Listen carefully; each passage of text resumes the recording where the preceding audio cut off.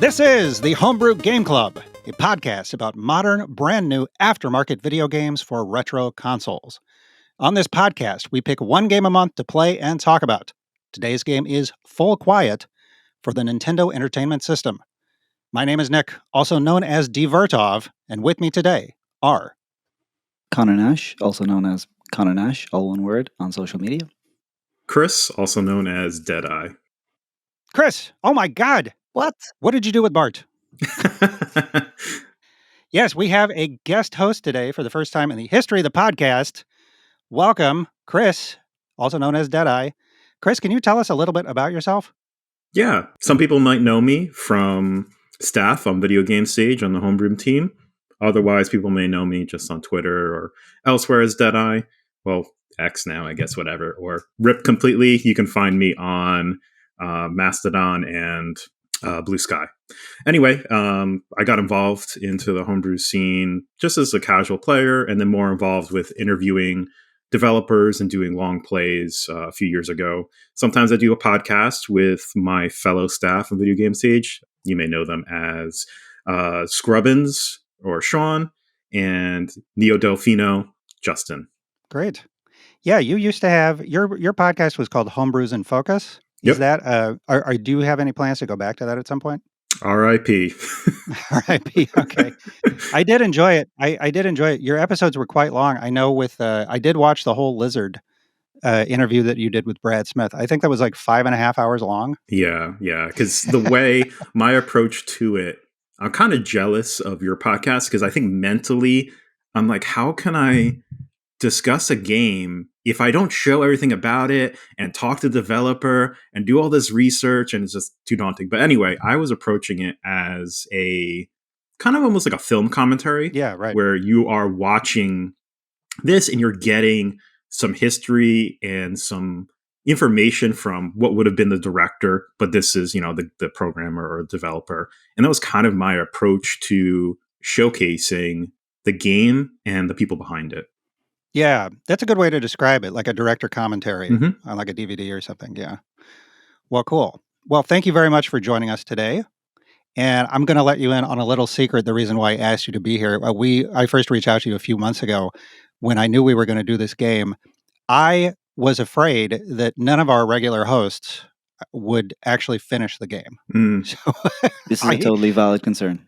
I knew that that you were in our Discord channel early, and you had posted some very helpful posts, especially like people getting into the game for the first time. And so I thought that you could maybe help provide some insight here, especially if the rest of us had our asses too kicked by this game and could not really talk about it appropriately. However, I can say all three of us have, in fact, finished Full Quiet. Ooh, dun, dun, dun. Congratulations. Yes, as we are recording in the morning, I actually finished it yesterday evening.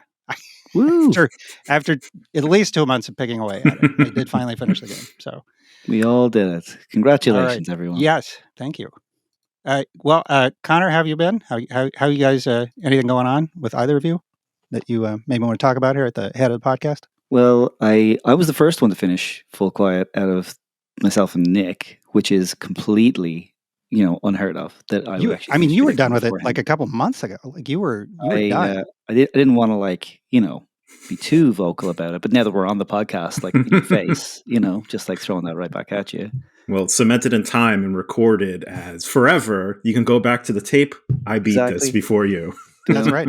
And I will not hear any naysaying about the methods by which I used to ensure that I completed it. Yeah, I have a little rant about save states. Yeah, I bet.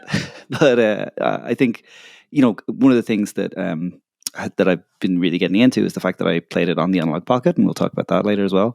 But the Analog Pocket is just awesome. I'm just loving having this device. It's just so good for playing whenever you want. Like I literally took a vacation with my family recently. It was like a 4-hour plane flight, and we were able to play games on it, and it was just so nice to have because it's just like quick wake. It's like the battery lasts a long time. It's such good fidelity.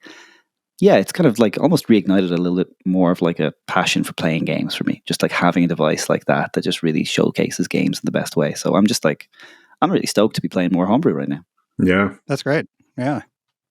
Well, this is going to be a little bit of a different episode. I don't think we're going to have a lot of time to do the kind of extra stuff that we do. I didn't take any notes on news. I know there's a lot of stuff going on right now. I know there's new Kickstarters, but I don't have any of that written down. I figured we were going to take the entire episode to talk about this game. It is a huge game. I know Connor and I both have some very strong opinions about it. So I'm hoping this will be a really good episode here. But yeah, I do want to say just right off the top, I do have a little bit of news. The podcast is now on Amazon Music and Audible. So if you are listening to us on some other platform and that is your preferred platform of choice, you can now find our podcast on either of those. I did that. I set that up this week. It took me about 10 minutes. And I just neglected to do that in the past. I had no idea it would be that easy. So yeah, I got off my ass and did it. And you can now find us on Amazon Music and Audible. Woo, we're part of the Audible family. Yes. So yeah, Chris, just so you know, you might have to step in and adjudicate and separate between the strong opinions that are going to get shared on this. Yeah, let me tell you, if you are listening to this and you are the type of person who really enjoys it, when the hosts of this podcast disagree about a game, I think this should be a good one. Oh boy. Chris has no idea what he stepped into here. Connor and I have been like texting each other back and forth for like 2 months. Like I think we're both kind of chomping at the bit here to get into this. I'm ready to go. Speaking of which, I need to read our disclaimer. Before we get started, I would like to remind everyone that on this podcast, we believe in honest opinions, but we also understand that many of these games were not made by professionals. They are labors of love. Also, as a note to our listeners, we are not game developers ourselves. We are just fans. So please keep that in mind as we offer up any criticisms of these games. All right. So, full quiet. Folks. Where do we even start here? Where do we even start? I want to start with a note about spoilers. Okay. Yes. So we do occasionally on this podcast talk about games that are very hard to talk about unless you spoil a lot of the gameplay. You straight up spoil it. So it's very difficult to talk about this game without giving a lot of the clues away. It's very puzzle intensive. It's very based on exploration. The three of us, if you guys are down with this, so we can maybe talk about this game right up until the part of the podcast where we usually talk about stuff that works or doesn't work. So through our descriptions of the gameplay and things like that, I think we can talk about the game without giving too much of it away. But at that point, I'm going to remind listeners that if they want to play the game, this might be a good time to turn off the podcast and come back later because we're gonna drop a lot of spoilers after and that. It's definitely a game where you want to encounter these things a little bit yourself and see what you think they're like, because let's be honest, this is going to be a pretty polarizing kind of discussion in terms of some people like the kind of, things that they get in this game. Some people don't. So yeah, strongly encouraging people to just at least crack open the game and give yourself a chance to, explore a little bit before you hear our opinions, maybe color your own.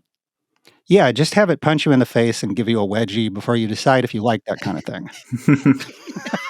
All right. Okay, so here we go. History, full quiet. History. Man, this game has some lore. I tell you what, this is kind of a legendary game in the NES homebrew community. Now, Chris, you can maybe help me out here because how long have you been in the homebrew scene? I can't quite remember. Maybe it was 2017, 16. I was like a late arrival. I haven't been there that long. Okay. Before Nintendo Age kind of collapsed, probably like 2 years before Nintendo Age collapsed. Okay. Well, 2017. So did you remember when this game was kickstarted?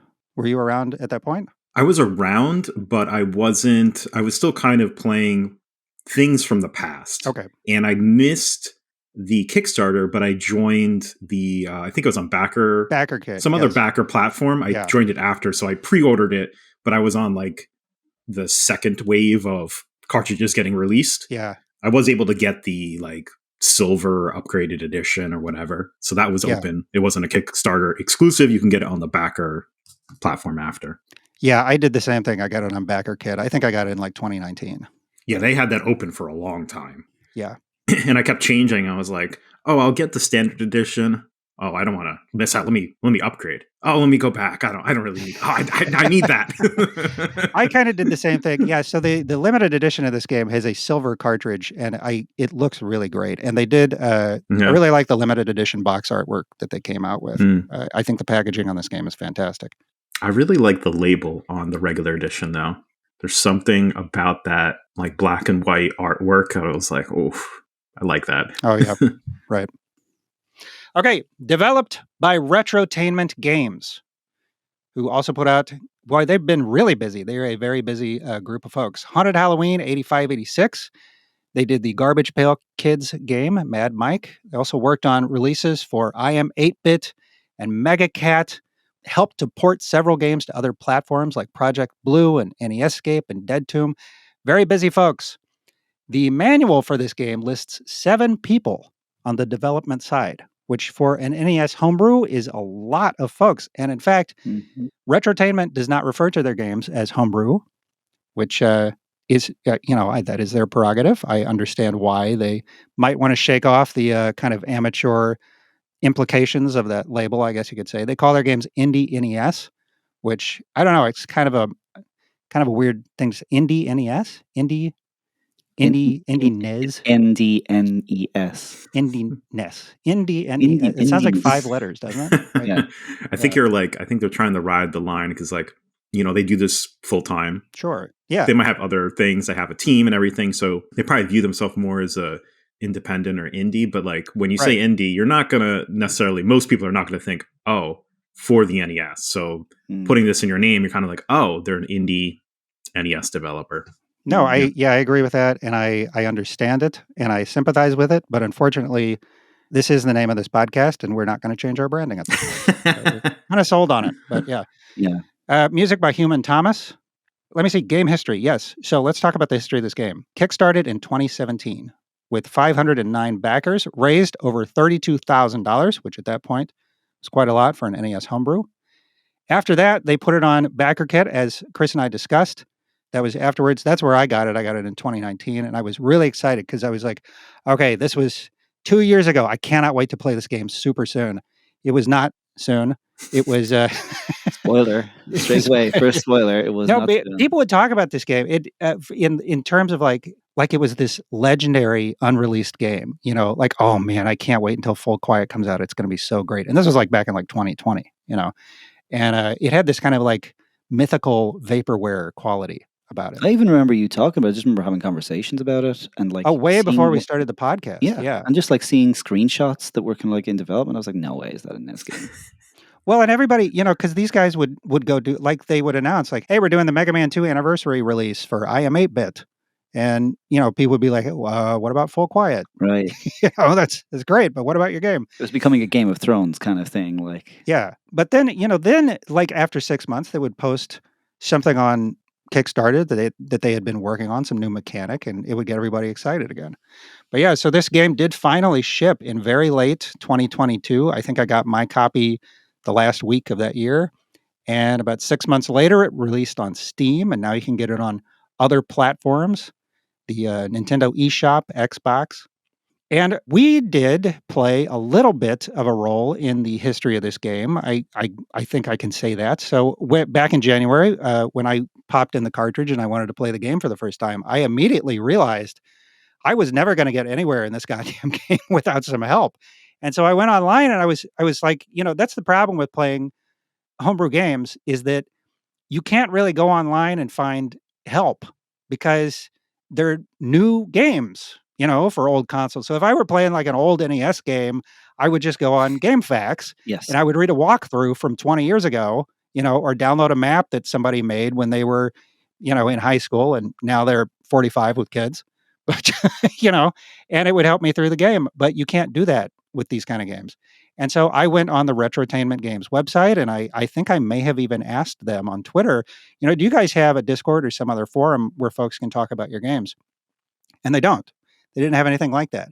And so I said, well, why don't we do it? So I went into our Discord, and I set up a channel for Full Quiet. I knew that we would be covering this game at some point. Mm-hmm. And I announced on Twitter and other platforms, I said, hey, we got a Discord channel to talk about this game. If you want to, if you want to work through it and talk to some other folks, we've got a space where you can do that. And a lot of people signed up. We had maybe like, I don't know, a couple dozen active users in that channel. And for a few months there, from about January until March or maybe April of 2023, that was, I think, the most active channel on our Discord server. And I tried to not go in there very often because I didn't want to get spoiled. I wanted to, I didn't have time to play through the game at that point. Right. And it's a little catch-22 because you're like, ooh, it's the most active channel on my Discord. Yeah, but I had no idea what was going on in there. But yeah, it turned into this really excellent source of information about this game. A few folks in there who had been talking about it broke off at one point and formed another Discord server for speedrunning this game. And at that point, everybody who was interested in the game kind of moved over to that one. And those folks started a wiki for the game. And so folks stopped coming to our Discord channel for that kind of information. But it's still on there. You can still check it out. There's still some great information in there. I have to say, I think the speedrunning Discord at this point is probably the place to go. Or the wiki, there's some really great information in there. And in fact, I relied on those two sources very heavily for beating the game. I would not have finished this game without them. I can say that with 100% certainty. So I would not, without the Discord channel you created, I wouldn't have finished it either. Yeah, we had several people saying that. Yeah. I'm sure there's people that can, and that is their driver. But kind of like you alluded to, most of the NES games from back in the day, now that I'm playing, I'll go on GameFAQs for a little bit of information, a lot of information, look at a map because it's just, sometimes it's just impossible. Or, to me anyway. So yeah, or also sometimes you don't want to have to spend hours on it. Yeah. Like I think, a lot of those games when they first came out, part of the reason I think the developers made it hard was to make the game last a little longer, right? There's only so much content you could fit into whatever many kilobytes at the time. But now you're like, no, I'll just look at the game. I'll just go through it. Like, let's just go. See the whole game and show me what you got. Yeah, I'm old. I got 3 kids. I don't have time for that. Exactly. So as we get into it, I think this will be a reason of people's polarizing opinion of the game. Yeah. Is because at the release, there wasn't this GameFAQ page or Before I Played page or a Nintendo Power where you could go to when you got stuck. Yeah, and call up the Nintendo Power hotline. Yeah, and at least the Discord channel kind of filled that playground, like, oh, give me your tips and your strategies, I'm stuck. That kind of filled the need. And now, if you start playing this game now, you can get a map. On the wiki, they have a map, they've noted everything. Fantastic. And that's kind of like Lizard, because I know, Nick, you were a big fan of it, and I was too, but I didn't play through it until there was somewhere for me to look to say, how do I get through this game? Because it would have been a similar boat. If I tried playing it back when it first came out, I would have been deadlock. Yeah. This is really interesting that you're already bringing up Lizard, though, because I think there is so much comparison between the game and Lizard. There's a ton of parallel here. Okay, let's save that for later. Okay. Well, I can say even with these resources, I have plenty of beef with this game, so we can get to that later. Yeah, where do you get this game? You can get it on, as I said, you can get it on Steam, Nintendo eShop, Xbox. The ROM has not been officially released. You can also get a physical copy of this game at Retrotainmentgames.com, where you can get that excellent limited edition shiny silver cartridge, or you can get the regular edition, is a glow-in-the-dark green cartridge. Good quality stuff, I got to tell you. Packaging is great. The manual for this game is one of the best NES manuals I have ever seen. Really nice. Okay, guys, let's talk about what kind of game is this? Let's describe the game. Walkie-vania. No, straight away we're going to have lots of fun. This right here is going to be a tough one. Yeah. All right. What? I don't know, man. This is what kind of game is this? Is it a Metroidvania? No, absolutely not. It's not even close. Not even near Metroidvania. I think it pretends to be it has like that wolf in sheep's clothing. Like it walks up and it's like, "Hi, I'm a Metroidvania," and then it eats you alive. Oh yeah. It gives you the impression. It makes you think when you first look at it, oh, this is. I'm going to move around some screens, and I'm going to increase my inventory, and I'm going to collect maybe some items. Yeah, that help me access new parts of this map. No, totally misleading. If you go into this game thinking that that's what it is, I think you're just you're completely not going to have a good time because you're going to go in with a Metroidvania mindset and it's going to suck. It's going to suck real bad. It's gonna suck. Yes. Yeah. I started to think of it as a puzzlevania. So Nathan Tolbert had the best comment on this. It absolutely hit it on the head. So what he said is, I want to read this quote exactly. The way I describe it was, this is him talking, a point-and-click puzzle adventure that's pretending to be a Metroidvania. That is the take. I can agree with that. That is absolutely the take. And after he said that, it clicked with me because I was trying to think, at that point I'd been playing this game for like a month and I could not put my finger on what other game it reminded me of. And after he said that, I remembered it reminded me of Netscape. Of all the games that we've played, it reminded me the most of Netscape. Netscape is a game that I think I told you guys, I could not get past the title screen. Oh yeah. That's the type of puzzle game that I am not good at. Interestingly, Netscape is also the kind of game that I had to beat with a group. I never would have beaten that game on my own. I never would have gotten close. But with a group, it was a lot more fun because I could use other people to help me out. No, yeah. So I think it is primarily a puzzle game. Yeah. Well, so for me, I played it first on my Mac, on like the emulator on the Mac. And I don't know if I want to just get this out of the way really quick. The Digital Millennial Copyright Act allows for consumers to lawfully keep backups of media they've purchased and then use in a different format. So I've purchased Full Quiet on Steam. I've purchased this on the Switch, so I own 2 copies.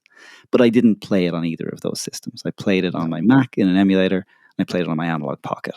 And I'm not going to mention anything more about that except to say that I have used, for personal use, the game in different systems. Thank you for that. Isn't this for business use?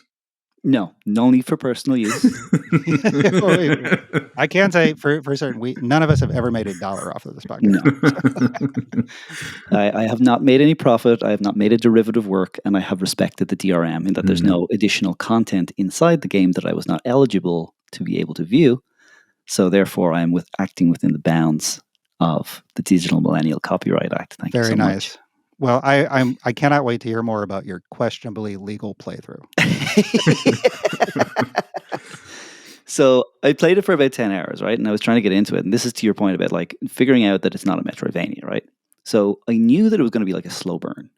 And Metroidvanias are not necessarily slow burn games. Like you keep making progress. Yes, right. And like the moment you get in and you start like, getting into the game, you hit walls right away. Yes. Like physical walls, but also like metaphorical walls. Like, what am I supposed to do here? This makes no sense. There's no very like, opaque. Yeah, it's really not clear at the outset. Like, where am I even supposed to go? Right? And like, you could say the Metroid is kind of like that. You're exploring a, Brinstar or whatever. But like, it's pretty linear. Like, there's a door you haven't opened. You got to find a way to open that door. Oh, there's a switch in another room. I go back and I open the door. It's like much more abstract than that. And so I kind of put it away and I didn't play it then. And then I got the Analog Pocket and I started playing it on that. And then I was like, oh, actually, yeah, it's point and click. It's actually more like Monkey Island or Beneath a Steel Sky. It's more like, okay, yes, right. I'm actually walking around this world and I'm interacting with things. And then there's real-time combat in between. It's like a point and click game that has platforming and real-time combat elements, not a Metroidvania with puzzle. That's the way I think about it. Right. Honestly, the game that I think it's most similar to is actually Abe's Odyssey for the PlayStation. Okay. Did you ever play that game? I did not. No, I haven't. Okay, so this is a game where your name's Abe and you're this alien and you have to save 99 other aliens of the same race of you. And you go onto screen. It's like screen by screen. It's literally like, it's not like scrolling. It's just like a screen. And then there's like puzzles of like, there's a guy over there in the corner and you have to free him, but you can't reach him. So you have to like talk or otherwise use these kinds of weird commands on the PlayStation controller to encourage him to reach a safe zone on that screen. And so it's like that crossed with Monkey Island. With every one of these games, basically, the controls are minimal, with the exception of like keyboard shortcuts, but that's just like extensions to the UI.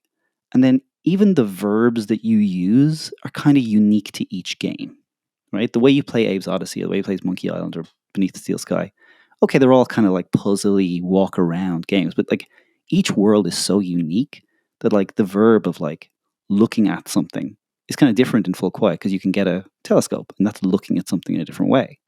So like straight away, I feel like the world has to be understood in this there are verbs that you need to learn in order to even know how to interact. And that's like where I kind of started off from. It's like, okay, that's really how I started to understand the game. Yeah. I like that you brought up Beneath a Steel Sky, because one of the puzzles that I thought about in that game was there's kind of a notorious puzzle where you have to find a piece of gum that is stuck to a rail.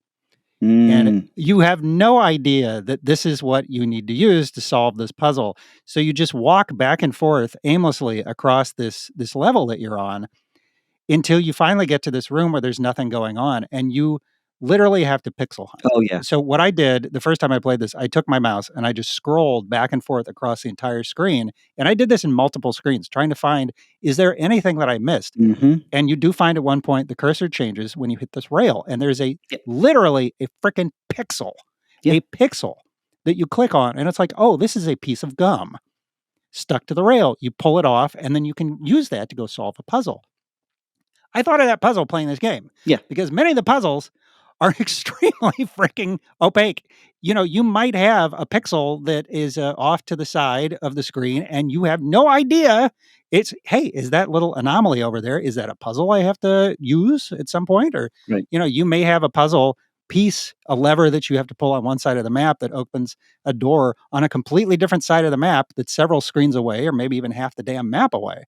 So, yeah, I mean, the puzzles in this game are tough. Yeah. And they are not always intuitive. I really like that analogy. That is exactly a good analogy to this, because in Beneath the Steel Sky, you get into this world where every little thing on the screen you have to pay attention to. Yes. That's what they're trying to teach you when you're playing that game. When you're playing Beneath the Steel Sky, you're thinking, okay, what's going on the screen? There's like trees. Can I touch the tree? Can I it's kind of teaching you to pixel hunt on every screen.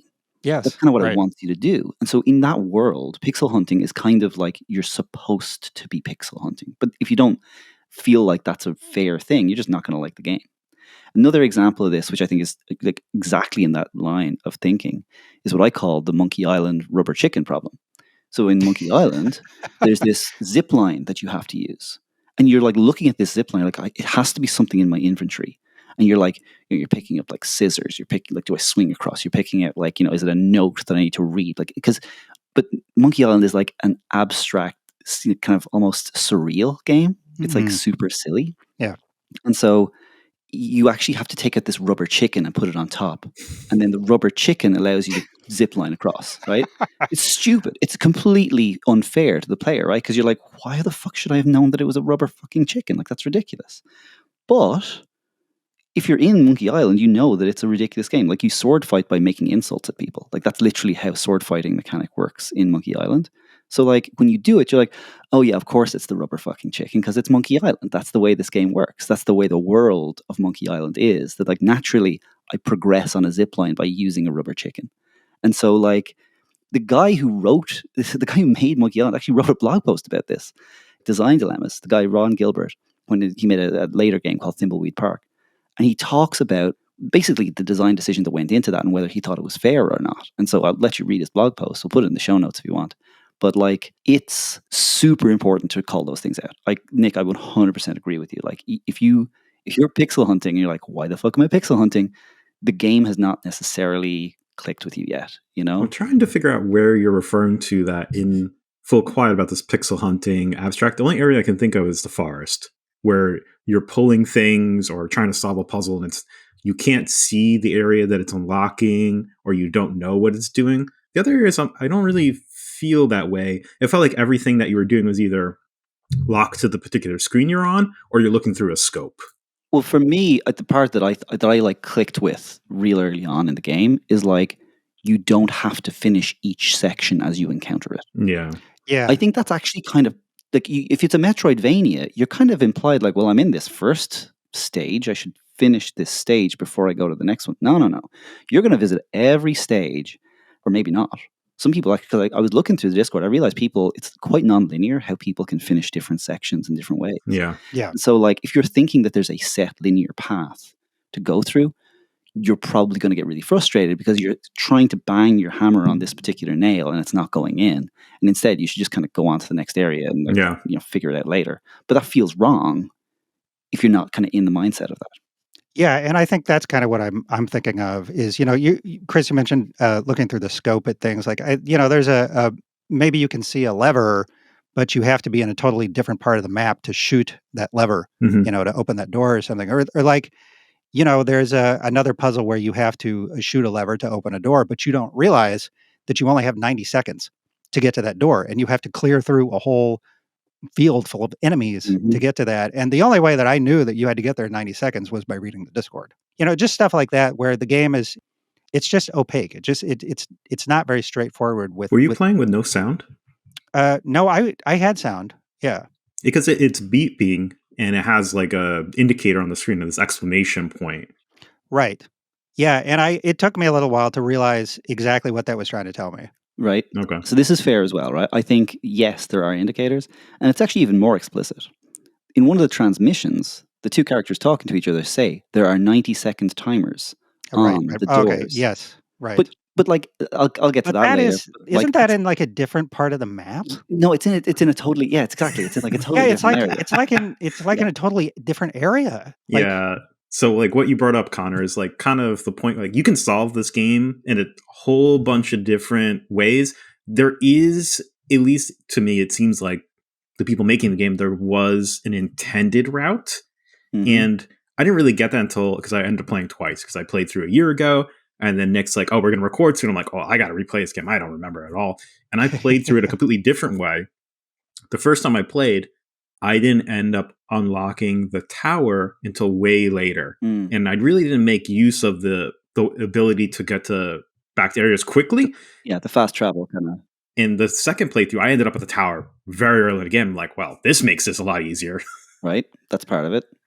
And then, yeah, there's like, even at this very start, there's a way to get to the cliffs right from the very first area. Yeah. And so Yeah. if you do that, I mean, yeah, that kind of like blows open a whole bunch of the narrative in a different way. So I've decided that I've just invented a term for this.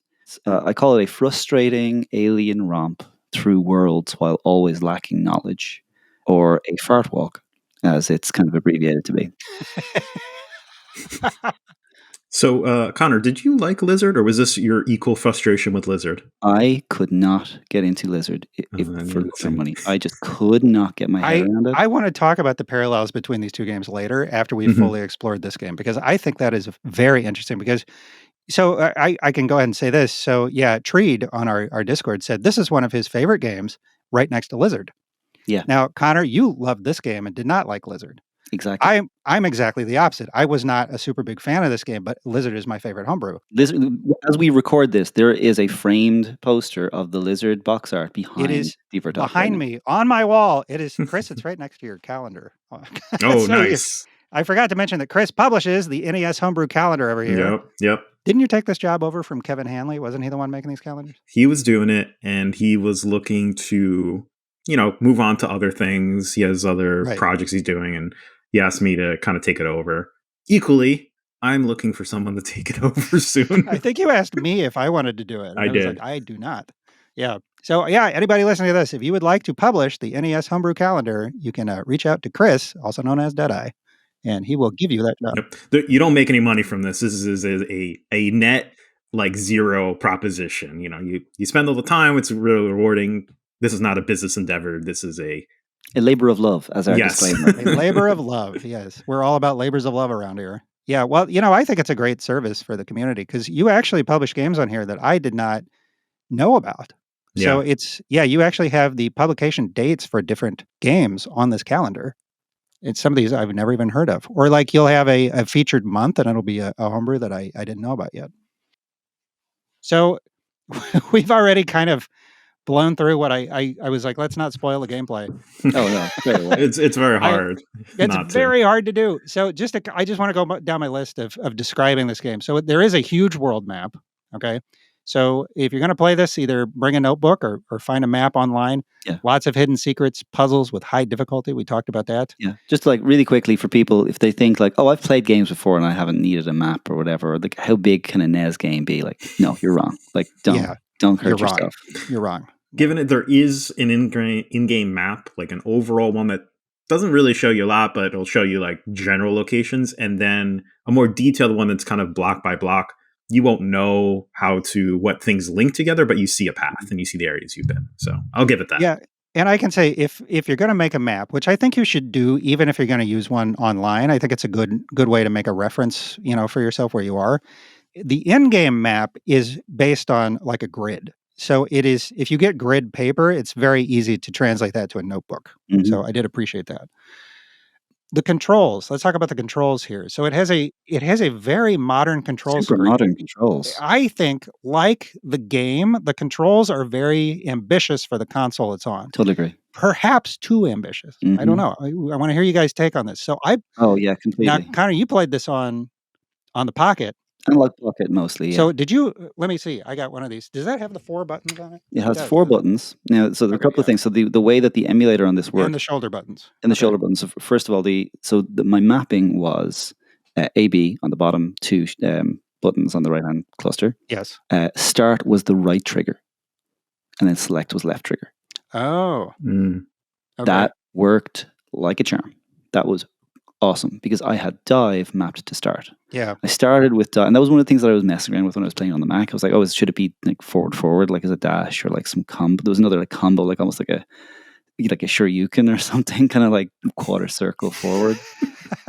But no, start is the button. You need to have a dedicated button for the dive. Yeah, I agree. And it shouldn't be on the start button on the NES controller because that's way too far away. You're like stretching all the time. You're like using that button all the time. I was fine with it because I played on an NES controller and I played on the Okay. Pocket, but I didn't change the control scheme. I just got used to it. Did you use start for dive? Yeah. Okay. So I feel like you could get used to it playing on an NES controller, but it's just like one more complication. I played this on Switch, so I had my modern control scheme, and it took me maybe like 8 or 10 hours into the game, but after that, I got to where I really kind of liked the controls. I thought there's a kind of rhythm you can get into when you're going Yes. through the map if you understand the control scheme, Yes. and it feels good. But it did take me a long time to get to that point. Totally agree with that. They're a little awkward at first. Because like the dive, for example, has this kind of like strength light in the corner, so you can dive multiple times Yes. in a row. But then you like basically your penalties. You have to walk slower. There's stamina. There's a stamina meter. Exactly, a stamina kind of button or like light indicator, and so you have to kind of figure out how to like keep that fairly like up because you never really want to run out of stamina because then you're kind of boned. But like, yeah, figuring out like how long it takes to recharge and then using that to kind of like, because some of these timed puzzles, you want to be able to dash as fast as you can, but you don't want to use up all your dash, blah, blah, blah. Yeah. The game also works with, on the NES, if you have an adapter for the Super Nintendo controller, you can actually plug that in to the NES and use it that way. We did see a couple of people have difficulty with that on the Discord. I don't know if like that's something we want to I saw mention. that, right. Well, in theory, you should be able to do that. But there are boss fights. They are kind of backloaded at the end of the game. I think I can say that. The bosses are talked about in the manual. But yeah, you don't encounter them until quite late in the game. Yeah. And I do want to mention the story here. So it has this I think it's kind of a sci-fi story. You're given enough to know that there's these dangerous creatures everywhere. They're not supposed to be there. And there's something about the radio towers that has to do with keeping them at bay.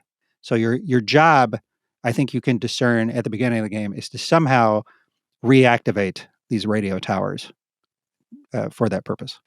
I do just want to say here, I did not find the story to be much of a driver of the action. I thought the story was, honestly, given the scope of the game, I thought the story was kind of sparse.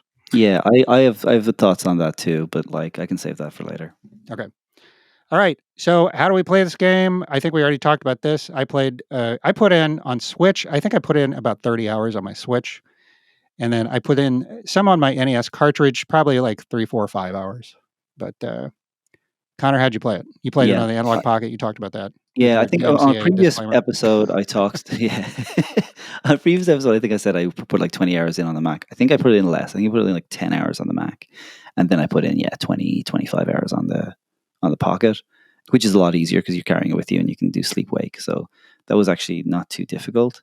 But it does mean that like, and I think you've seen this before, your in-game time is worthless in terms of like how much time it shows you spent on the game. Yeah. I don't know how they time that, but yeah. Yeah, I mean it's obviously good for speed runs, but like Yes.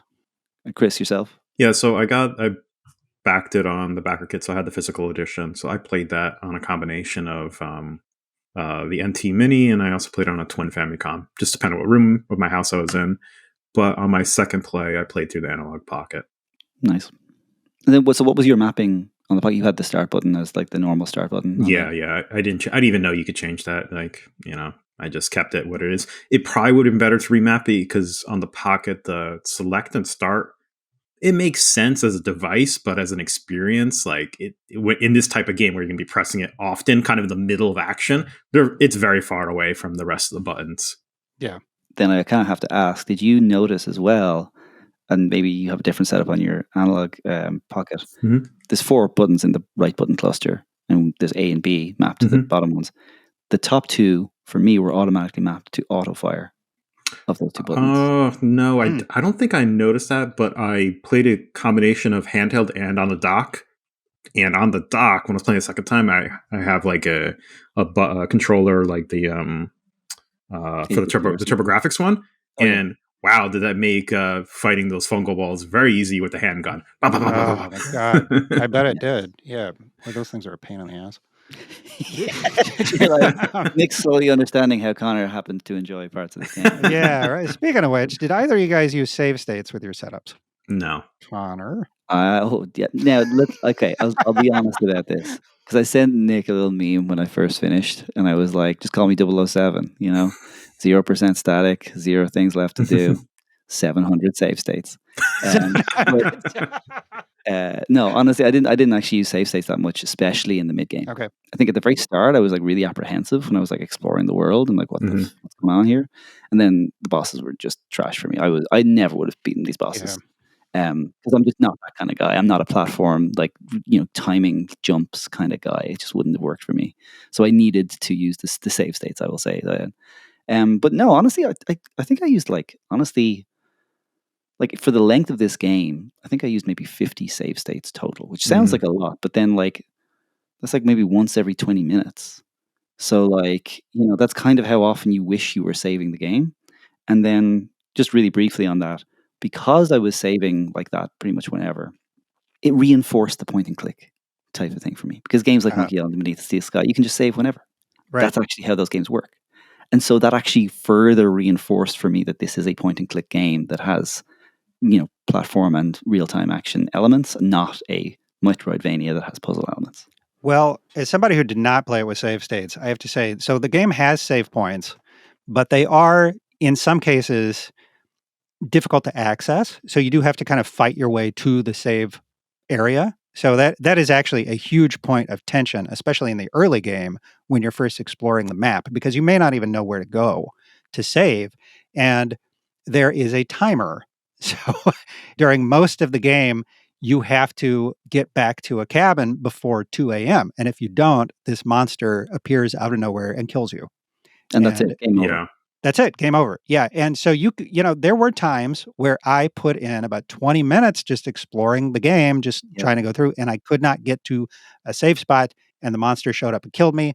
It's really damn frustrating. Yeah. Because it actually impedes you wanting to explore. That's one of the things that is the effect that it had on me. I don't know how intentional that is, but it meant that the act of exploring the world, which I think is pretty important, and I was really excited to do, it kind of penalizes you for that because you don't really know how long it's going to take to backtrack in some circumstances, which sounds kind of weird, but it can sometimes be quite hard to get, moving backwards sometimes is harder than moving forwards in some parts of the game. Yeah, well, especially if enemies are respawning and, you walk back into a screen and, oh my God, there's that fungal wall again. And he's 1 million foot tall. Oh no. Yeah, besides finding the next area, it's like you also have to unlock the camp. So it's not a hard thing to do, but you need the process. You need a fuse to unlock the circuit, to unlock the camp. So when you go to the next area, you may not have a fuse. So then you have to search for a fuse, and then you're getting to the end of that cycle. So it can be a frustration. Oh no, even worse than that, because you'll see the flag on your map that's identified for you, and you think, oh, I just got to get to that flag, then I'll be okay. You get to the flag, door's locked, and you're like, okay, I've got 4 hours in game, which is 10 minutes left. I have to find the fuse, I have to find where I put it in, I have to go and explore further, and you're like, I'm just going to go back. I'm just going to go back home. Yeah. Yeah, the game rarely makes anything easy. I mean, and in fact, it often makes things more difficult, I think, than it needs to. But Yeah.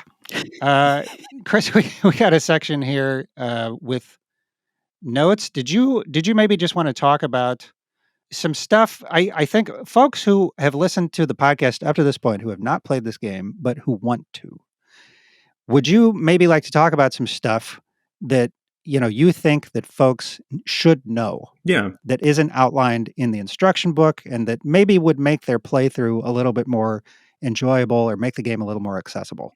Yeah, I think there's a kind of like this gap between not having, say, a Nintendo Power or something. I think there's a little tidbits that are probably pretty obvious, at least after your first playthrough. But like when you're playing it in the game, sometimes you need a little reminder or things are not so clear.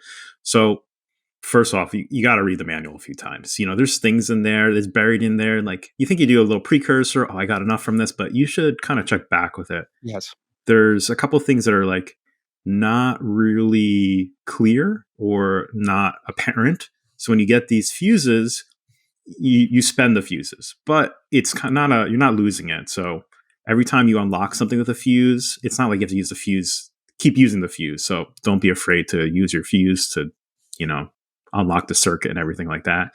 There's control scheme things. When you're nearing the end of your gun shooting, instead of waiting for the end, because there's a reload time, you can tap up twice to reload. You can tap down twice to kind of anchor yourself. That seems to help. And you should kind of with the mapping thing, you should probably write down coordinates of where you picked up things.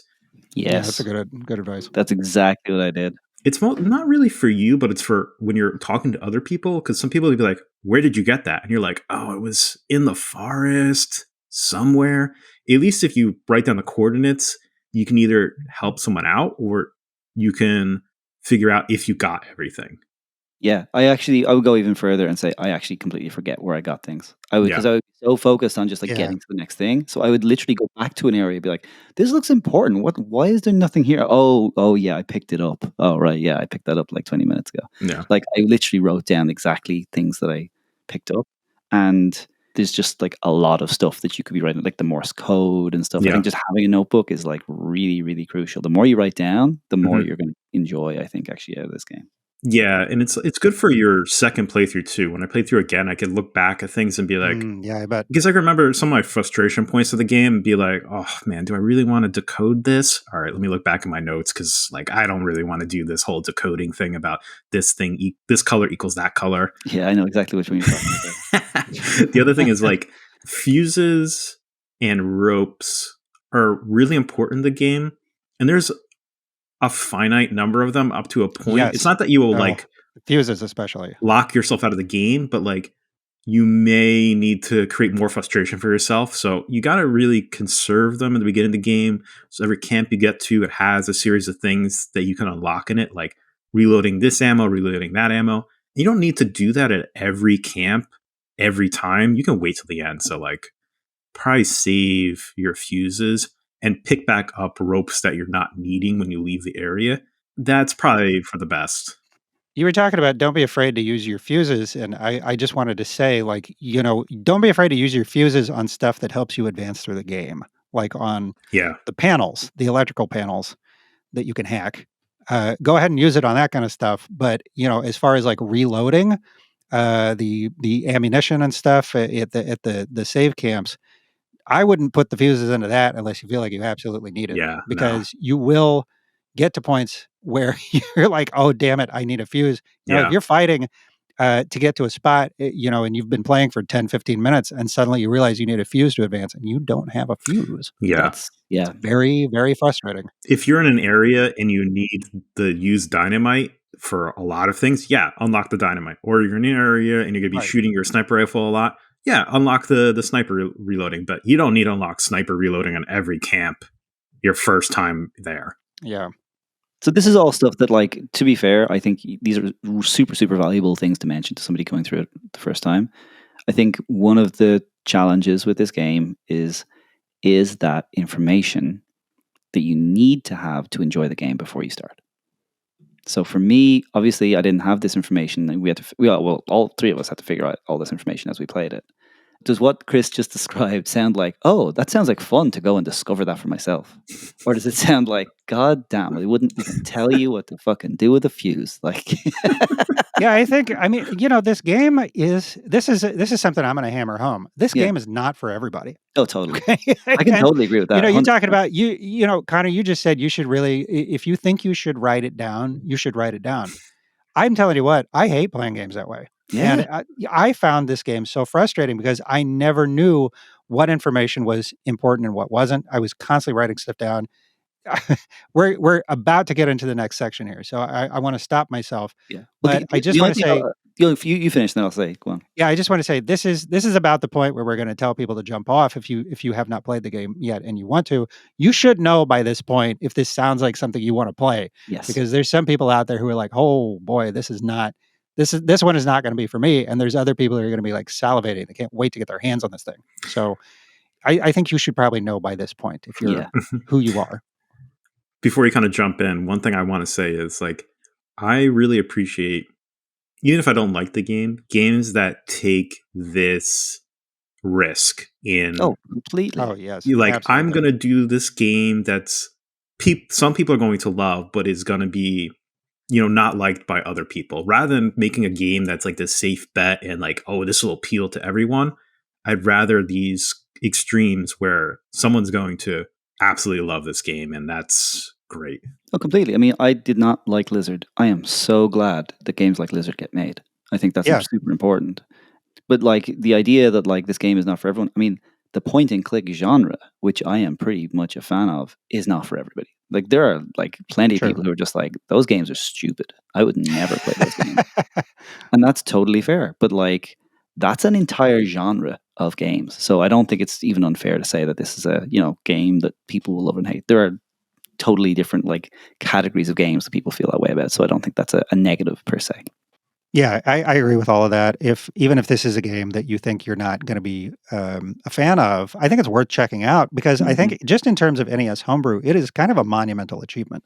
I agree. It is the scope of this game is unbelievable. It is just an incredibly ambitious game. Insane. And the fact that they were able to pull this off as well as they did is just really something else. It feels so much bigger than it is. I said this about the machine when we played that. It just feels vast. It feels much bigger, like something you could not fit inside of a Game Boy cartridge.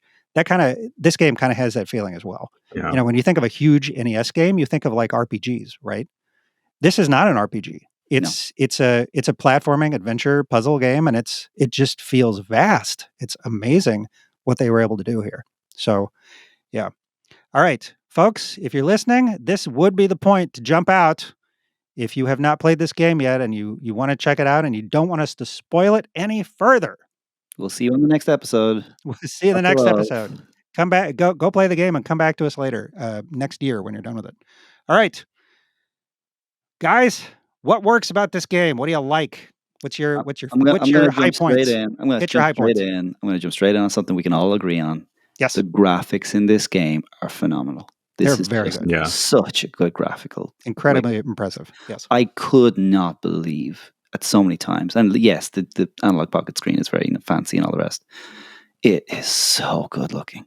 Like my jaw dropped. There is a cutscene in the game where you take a boat to an island, and my jaw dropped. I was like, I cannot believe I am watching a like legit cutscene and really enjoying it, really like getting into the feeling of the character that's going across this, this lake or whatever it is to get to an island. I feel like I'm going on a journey.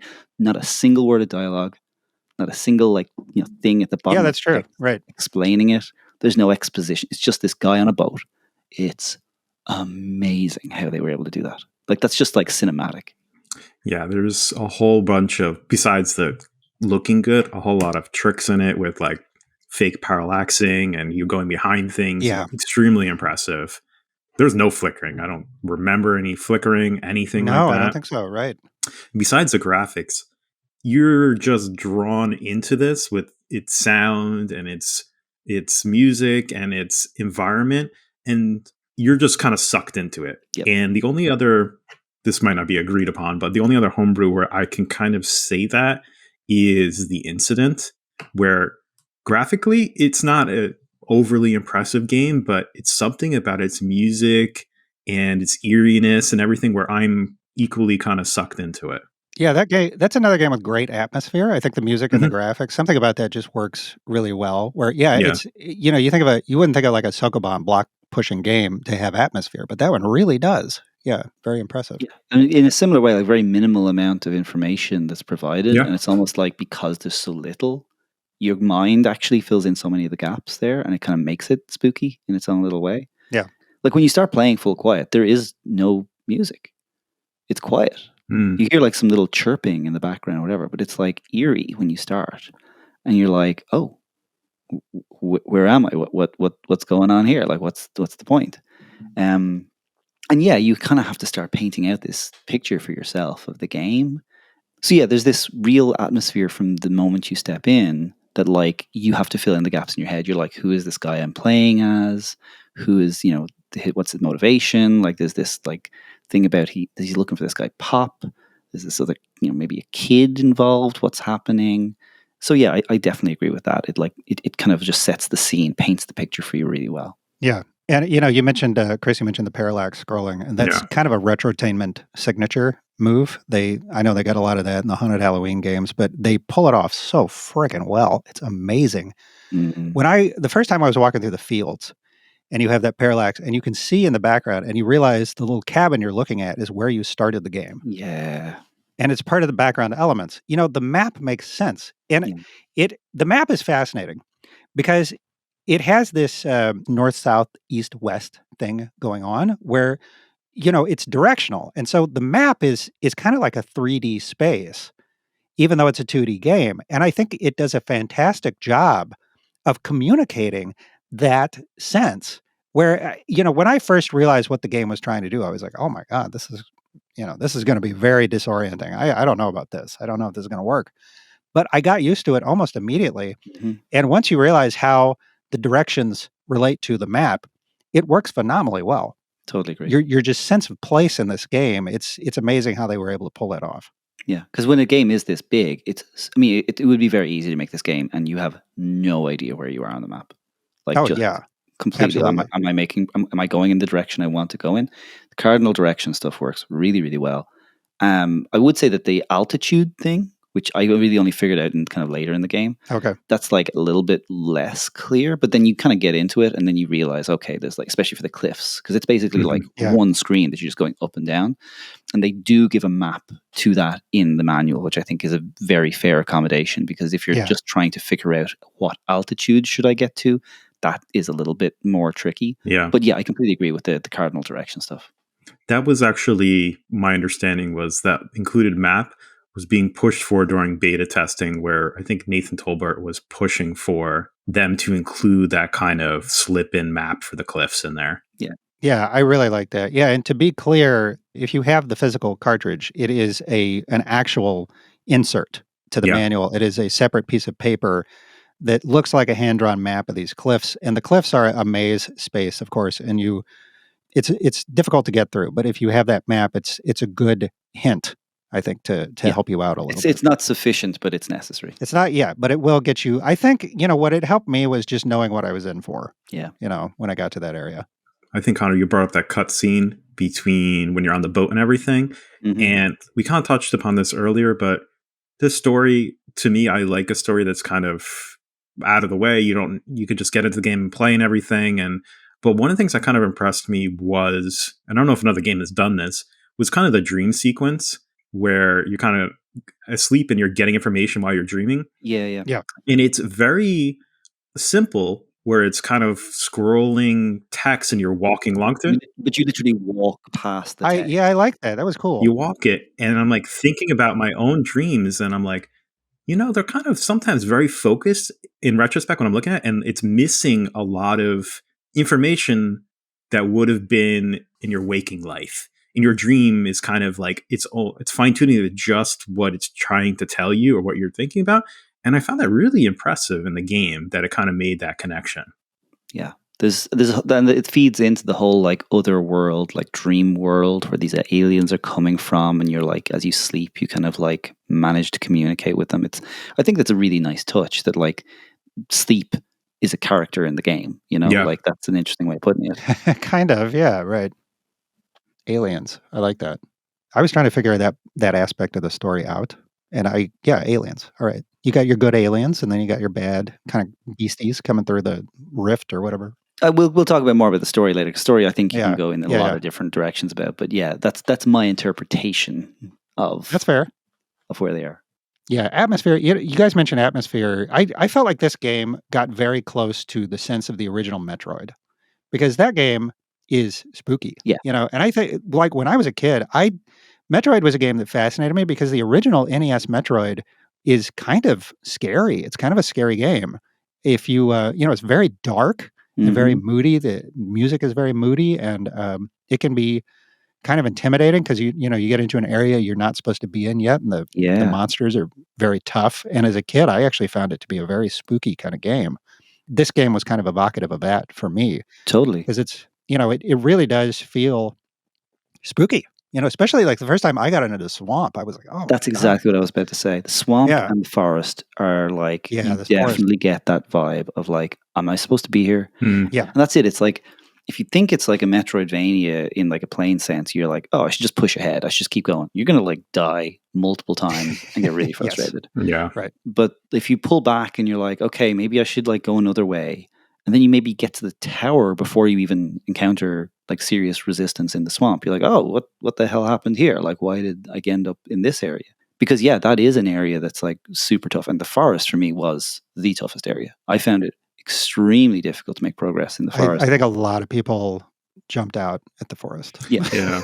The forest I didn't find difficult as an enemy wise, but it is the most maze like, Oh, yeah. where you're doing these Yes. puzzles that maybe don't make sense to you, and you're like, this space is just massive. How am I even keeping track of where I am? And I want to get to this screen, but it's locked off, and I got to be up high. And how do I get there? Yeah. It is the most challenging as a level designed to get through. Totally agree with that. I think in some ways it's more of a maze than the cliffs. Yeah. Like the cliffs are more like a conventional maze in a video game, whereas the forest it just kind of like hits you like a truck. Like, oh my God, what am I doing here? Yeah. I knew the moment I went into the forest, I'm like, this is going to be the last area I finish. Like, I was just really clear with myself. Like, this is not going to be like whatever progression I'm in, this is the hardest one to finish. And it was. Like, there was plenty in that I didn't finish until, like, I think that was the last bit of static I cleared. Yeah, and luckily you don't, that's an area that's not forcing you to be early on or even in the middle. You could do that, I think, pretty much last if you wanted to. Yeah. That's what I did. So, yeah. Well, I used a map. So I got through that section earlier. I did. So at a certain point in the game, I was just like, there's no freaking way that I'm going to beat this, making my own map and trying to find my own way through this. And, I would play until I got stuck, and then I would go on the Discord. And what happened is I got stuck so often. I was like, look, I'm not going to beat this game for the podcast unless I just get a walkthrough, basically. Right. And that is the point at which back in the day, I would have gone on GameFAQs and, got my walkthrough or whatever. What I did is I went into the Discord, and I want to give a shout out at this point to Sir Cappy in the speedrunning Discord. Has a fantastic map, which I think is now the map on the wiki with all the spoilers and everything else on it. It is extremely informative. That map does not tell you everything that you need to get through the game. It doesn't like break out the cliffs or anything like that, but it will get you like 80% of the way there. Extremely high resolution too. Yes, it's huge. I honestly, like, if the speedrunners in there who have put all this stuff on the wiki, I really encourage you guys to go to GameFAQs and upload that stuff, because I think Game FAQs is now owned by some other company, and there's like questionable copyright of like who I get owns it. the I content understand there. if people are hesitant to do that. There is an entry for Full Quiet on GameFAQs, and it has nothing on it. So my point of view is, if people are comfortable doing that, I think a lot of folks who play retro games might come across this one, and they may not know there's a wiki. Where are they going to go? They're going to go to GameFAQs. Yeah. Okay, because that's where we're all old guys. That's what we do. We go to GameFAQs. At least open up on the board of the game, just saying, "Hey, just so you know, go to this site to get all your info." At least do that. Maybe I'll put that post up there. Yeah, I know. I put some Game listings FAQs suck. Go to this place instead. Yeah. Right. Yeah. Yeah. Go find the Discord, because I mean that's the problem with Discord to me, is that they're these little walled gardens. you know? Yeah. And if you're not a member of the Discord, you may not know that there's all this fantastic information on there. Yeah. Yeah. But yeah, Sir Cappy, thank you so much. You are the reason I finished this game. I would I would not have finished this game without that map. So thanks, dude. Last thing I was going to say about the graphics just is that each area is so distinct. Yeah. Like you definitely Yeah. know when you're in a particular area. And I thought that was like really interesting too. Just the way they use palettes, Yeah. right? Just Oh like God, the way that they use palettes in this game is masterful. Really. so masterful. It really is. And it's just Well, we like, didn't even talk about how the time of day changes. yeah, Yeah. the time, like, because every area you're in, not only is it very recognizable, but the actual shades of the colors change every 4 in-game hours, which is like every 5 minutes. Yeah. And you get this feeling when like it changes from one color to the other, like, oh, we're getting later. Oh no, I gotta move now. I gotta like do something. What time is it? You check your time. You're like, oh, where are we? Right. The signaling of the game itself, like the world that you're in, can tell you so much information if you're like able to pick it up. Yeah. I think that's incredible that the graphics are like a feature in so many ways. I love it. I really, really love it. Extremely impressive. I'm trying to think of other NES games that had a as impressive a day-night cycle, and I don't think they pulled it off. Like it has one, and like, oh, I could tell when it's getting late, but not this type of progression. Yeah. Right. And you say that, I immediately thought of Castlevania 2. Yeah. Which is a game that has some. I thought of that a little bit while playing this game, just in terms of how it has this really sprawling kind of world. But yeah, the day-night cycle, and also the very opaque puzzles.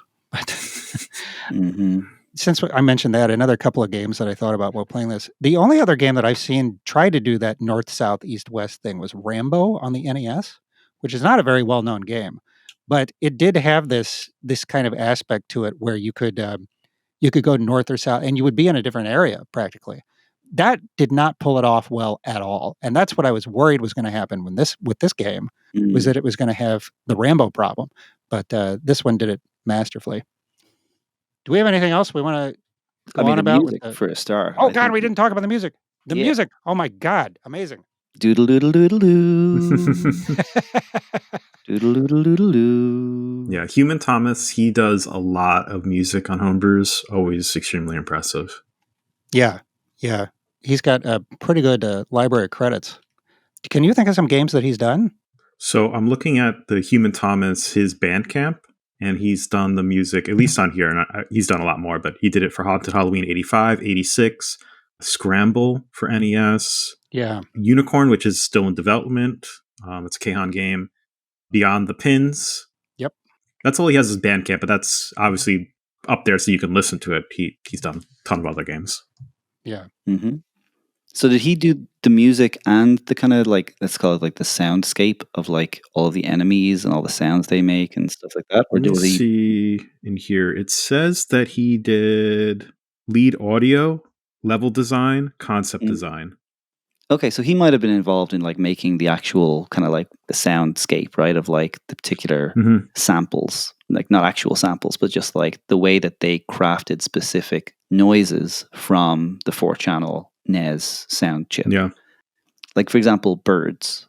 Like, what sound is a bird going to make? That's not a soundtrack, but it's really integral, not only to like the atmosphere, like we were talking about, but there's specific puzzles that you need to be able to very clearly hear what a bird is singing. So whoever decided what that bird sounded like had to be like, okay, you need to be able to really clearly hear this, but also it has to fit the background and fit the atmosphere. That is like really, really awesome that they did that. So yeah, like there's a bunch of stuff there that like is sound oriented that makes the game work. That's not just soundtrack. I'm even thinking of like when you're in a cave and it just like has that like bleep, bloop, bleep, bloop kind of like noise. It all just adds to the experience of the game, and it's done in this way that kind of brings everything together really, really nicely. Yeah. Well, I think the one other thing that I have in the positive, but I think there'll be some disagreement about or some talk about it being maybe what doesn't work, is I think the game has a clear set of goals or missions in it, and it's that ticks thing about tune the radio, import Morris, color code, key, pad code, sync the signal. That's like every area you have to do that. Mm-hmm. Yeah. And when I came across that, I thought it was a revelation. I was like, oh my God, look at that. There's the list. It tells you what to do. Unfortunately, you don't get that list until like a good 10, 12 hours into the game. Right. And that's assuming you took that particular path. Yeah. But yes, it tells you all the stuff to do. Now the thing is, it doesn't tell you how to do all those things. Yep. Right. So it's like, it says colors code. Like it took me forever to figure out what the hell that was even talking about. The colors are just like the hardest part of the puzzles, like for Yeah. sure. Honestly, yeah. And this comes from, I solved all these puzzles myself, so I didn't look up any of these answers. Oh, of course you but, did. like, Yeah. Look at you, smarty pants. I just mean that it's like it's possible to do. Like I'm not saying these are It's impossible to do. It's these are impossible colors, but like the colors is the toughest part for sure. Like no, Even doubt. if you're talking to someone about colors, like I had this kind of problem because I'd be playing off a CRT using whatever console. The colors look different than someone else. Someone's playing on this, and they're like, "Oh, it's yellow or purple," and I'm like, "What are you talking about?" Yeah. Yeah, I saw that in the Discord. Brian Rigsby, who's published several really good retro game books. He made one about maps that looks super cool. I have his book about Rygar. It's excellent. But he was saying in our Discord, he was playing this game. He had a really hard time with the colors code because he was playing on a 9-inch CRT. And so he could not, at that resolution, he really couldn't see the difference between There's a the whole colors. bunch of problems that are going to come up with that. Like, I mean, there's Yeah. so many stuff on this. There's things on the screen that are like a few pixels big. Yes. And right. so we'll get into that again. But like the ticks thing, I think it's helpful, but it's like for me, it's really just when I got that information, I'd already figured that out. Because you're a smarty pants, Connor. No, because it's like it's the first thing you do. The first area you're in. Yeah. The whatever it's called, not the crags, the one before it. The plateau. Plateau, right? You do those 5 things. Yep. It gives you those 5 things right away, says, congratulations, you've completed all the static in this area. That's it. Oh, you do not have to. You can absolutely just jump forward to the crags and never get back to the plateau until like the end game. Okay, so this is it. This is where like and that's what I did. Felt it was kind of spoon feeding me at the start to say, you should get all of these little things first. Because it's like right next to each other. It's like there's the hut, and then there's the place where you're like looking for the color code and you're inputting on the mid thing or whatever it is. And so I'm like, okay, I'll just go back and forth. Okay, I'm done. Yeah, cool. So like that was my experience of my first playthrough. I was like, all right, cool. Tick the box. It's about the ticks. Like I did not get any of that. No. I think the only thing I did was the first Morse code. I think I did I tuned the radio. And then I progressed to the crags, and you can't go back. No, you can't go back. That's a big thing about the game. That was when I gave up on the Mac. I was playing it on the Mac, and I was like, I can't go back. Maybe I fucked this up. Forget it. I'm just not going to play it for a while. And so I figured I'd have to start over again anyway. And then when I was playing on the Pocket, I was like, let's see how much further I can get. And I was like, oh no, you can actually keep going here. Oh, right. Okay. But I finished the plateau first. Then I went to crags. And then, so by the time I was in crags, I was like, okay, so that's the thing to do. But that's a different playthrough, right? That's a completely different playthrough. Yeah. Well, I didn't figure out any of that shit. I got to the signal sync. I tell you what, I got about halfway through the game before I figured out how to do the signal sync. That's hard. But it's actually, like, once you know how to do it, it's super easy. Oh, sure. But I had no idea what I was supposed to, like, signal sync. I don't get it. Maybe that's something I have to get through the game, and I'll find something that will tell me how to do that. I didn't realize it's right there on the goddamn radio, and the thing is that you go to the instruction book doesn't tell you how to signal sync. You just have to kind of figure it out. Looking at the radio. So it tells you that like you have to phase cancel waveforms and you have to allow syncing through waveform recalibration. What the fuck does that mean? Well, it means you have to move the fucking waves around. I don't know. Yeah, you got to push the buttons. It doesn't tell you. You got to push the buttons. It's like fucking waves. It doesn't tell you that. Yeah, but what else is it? It's not telling you to sit there and watch them like there's some kind of movie, dude. Come on. Well, if it's in the instruction book, it's like, here's how you sync push the B button to change your or push start to like change the waveform or something. It's not in the goddamn manual. No, you're left in this world to discover what it means. All right.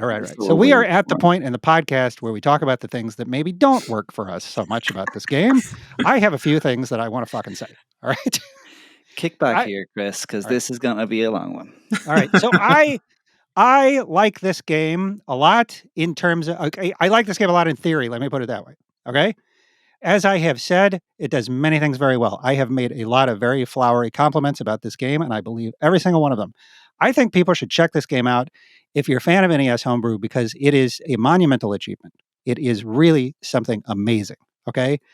With that said, I put 35 hours into this game. Okay. I did not enjoy this game. I did not have fun with the game. I'm trying to think of the most reasonable way that I can put this is that some games are just not meant for some people. Okay. And that's okay. The puzzles in this game, once I realized that this game was a puzzle game, I realized that this game was not going to be for me. Mhm. Because some puzzle games I like. You think about a game like Witch and Whiz or The Incident, where you have everything that you need to solve the puzzle is right there on the screen. Mhm. Okay? It's there, and that's it. I'm a visual thinker. I see it. It's all in front of me. I can look at this and I can figure out how to solve the puzzle. With this game, it's like, you guys are talking about, you got to stop and write down every single thing that you're doing. You might have a lever on this side of the map that you have to shoot from this side of the map or something like that. And the stuff is hidden. It's like, the little guy with the lures, it's like, and you got to get the radio parts that way. How do you figure that out? That's amazing. I don't even get it. How you would figure that out. You know what that is? That's data. That's data. That's accumulating all this data and processing it. That's you, Connor. You're a programmer brain guy. We've talked about this before. You you can do that kind of shit. Like for I me, really it's like enjoy that kind of more than just doing it. I you obviously enjoy it. thrive on it. That you enjoy it. I can't stand it. I can't fucking stand it. Yeah. I jumped on the speedrunning Discord and I didn't realize this was the programmer. Damian Eric asked me, Yeah. I said this game was kicking my ass. And he said, what are you having trouble with? And I joked and I said, my ADHD, which is kind of like, honestly, not really a joke. Like, I don't like games like this because I can't fucking pay attention to what the fuck I'm doing. I can't keep all this information in my head. I don't want to. It's not enjoyable for me. It's work. This game felt like work. Right. 30 hours. I procrastinated on this game so fucking hard. I have never procrastinated on playing a fucking video game. All right. But this game felt like work. It felt like having a part-time job over the last 2 months that I did not particularly enjoy. I got so much work done at my actual job because, I would put my kids to bed. It'd be like 9 p.m., right? I'd be like, all right, I got a couple hours. I can knock out a little bit more of full quiet. And I'd sit there and I'd stare at my Switch and be like, or I could get started on some shit I got to do for work tomorrow. Hey, you know what? And it was more enjoyable for me to do my actual job than to play this fucking game. Okay, so that's what I mean. And I want to go into why. Okay, I want to go into why. But Well, this is just before you go into why, I want to share that this is a 100% valid opinion, because there are precision platform jumping games and games where you have to absolutely nail specific parts of the level in terms of honestly the boss fights in this game. Oh yeah. I did not enjoy the boss fights.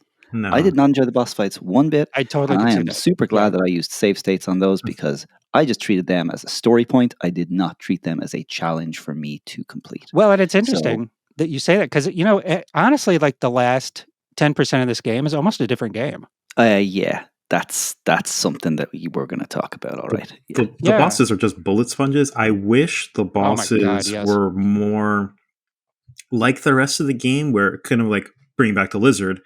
I really like the bosses in Lizard, and I think they were really integrated into the design philosophy of the game and how the lizard, or the guy in the lizard suit, is functioning in the world. Whereas the bosses in this, they were more on the combat side than the puzzle side, and I wish it was flipped. Yeah.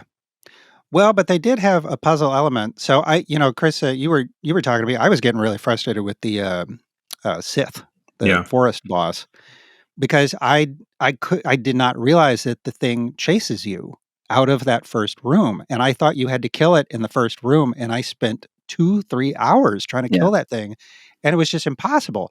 And I didn't realize it's supposed to run away. You're supposed to run away. Yeah, even the bosses have a puzzle element to them. Yeah, totally agree with that. Yeah, I had such a fucking hard time with that. No, but some games just aren't for some people. I think that's okay. This game, I tell you what, I don't understand. There's folks like, so Metal Beast is a guy who plays a lot of NES games, retro games, and he posts about it online. He's a big advocate for Homebrew, and I really like following his stuff. He has some great takes about playing through these games. He was actually the first person who I saw play through the game, and he did it back in December, January of 2023, and he did it without any help that I could tell online. And he was one of the people that inspired me to create that channel on our Discord, because he was walking through the game he was kind of live tweeting about it as he was playing through it. And I don't know, like, I don't understand how folks could do that. I could never in a million years do something like that.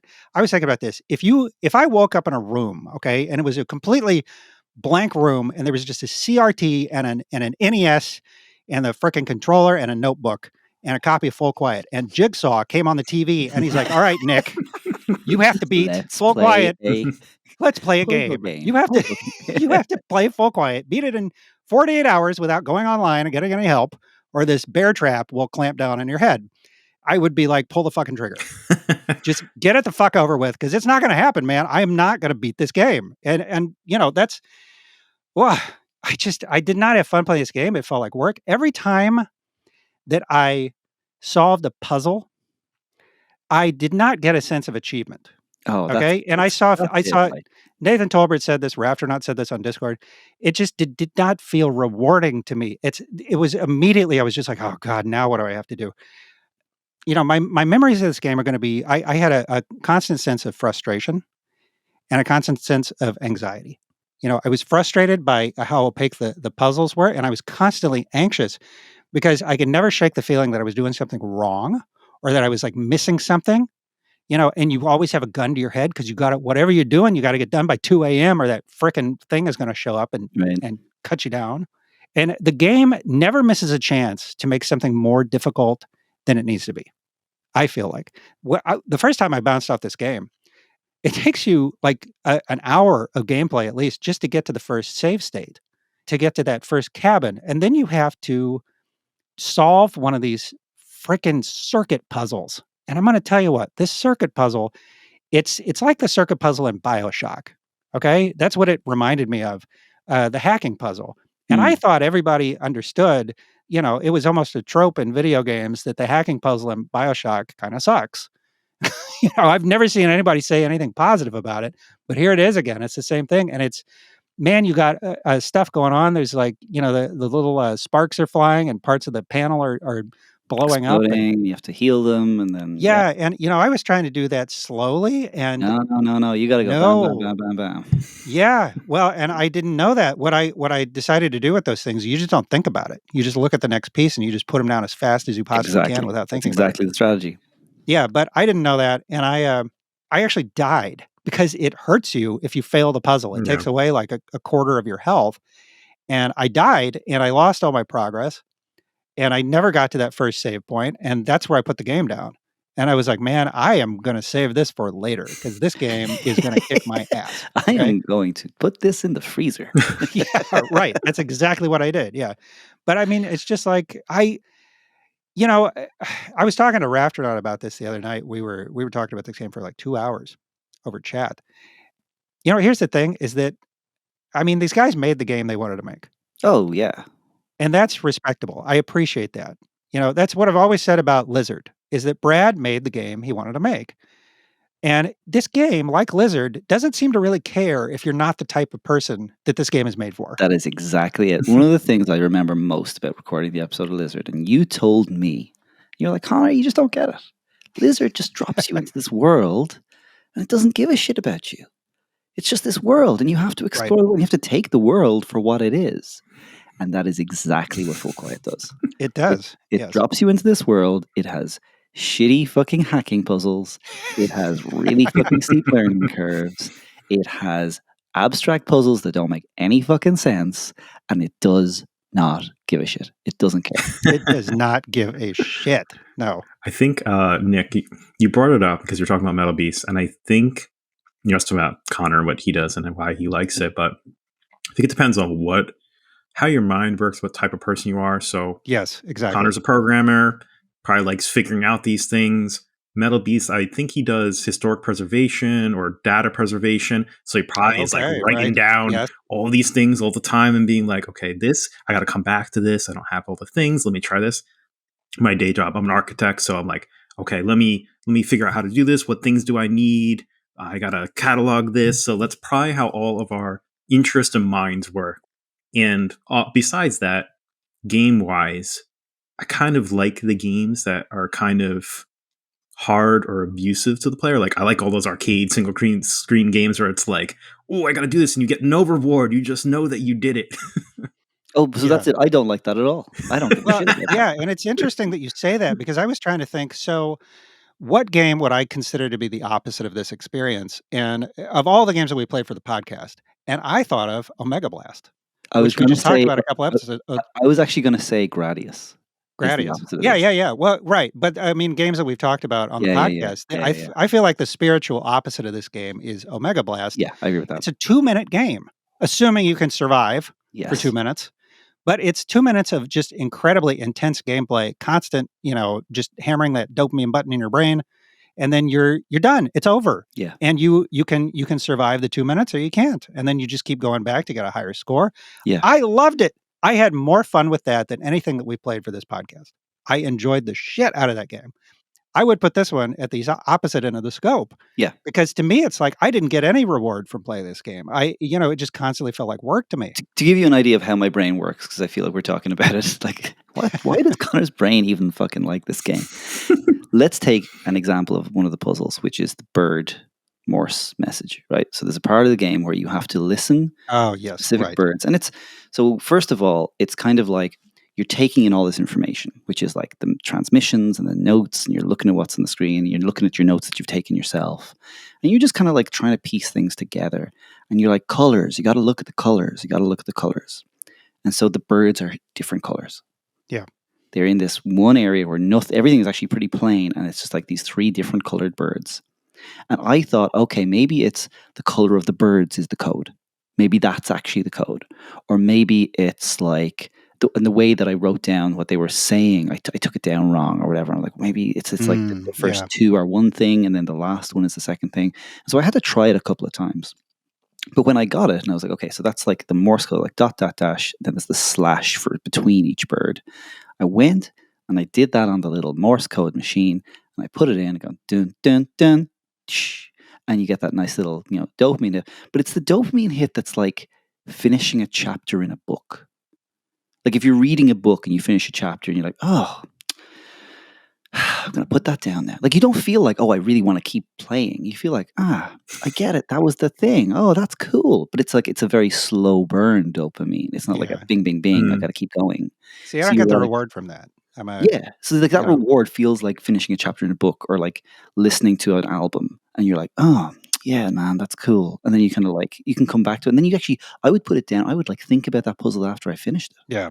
I would literally be like, oh, wow, yeah, and the way that I had to do that. And it's kind of like building those connections further in my brain because I know that thinking like that is the game. Yeah.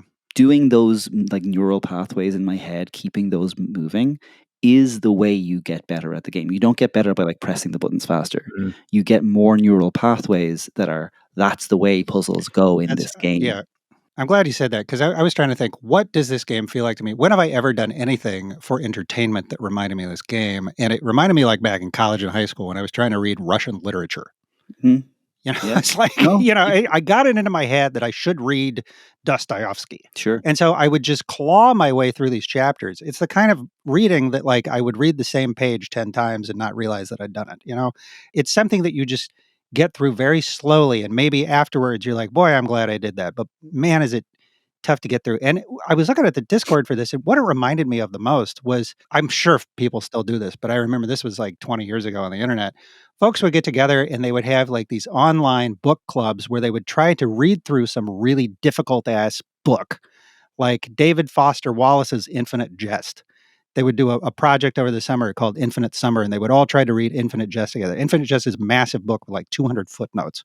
It's notoriously difficult to get through.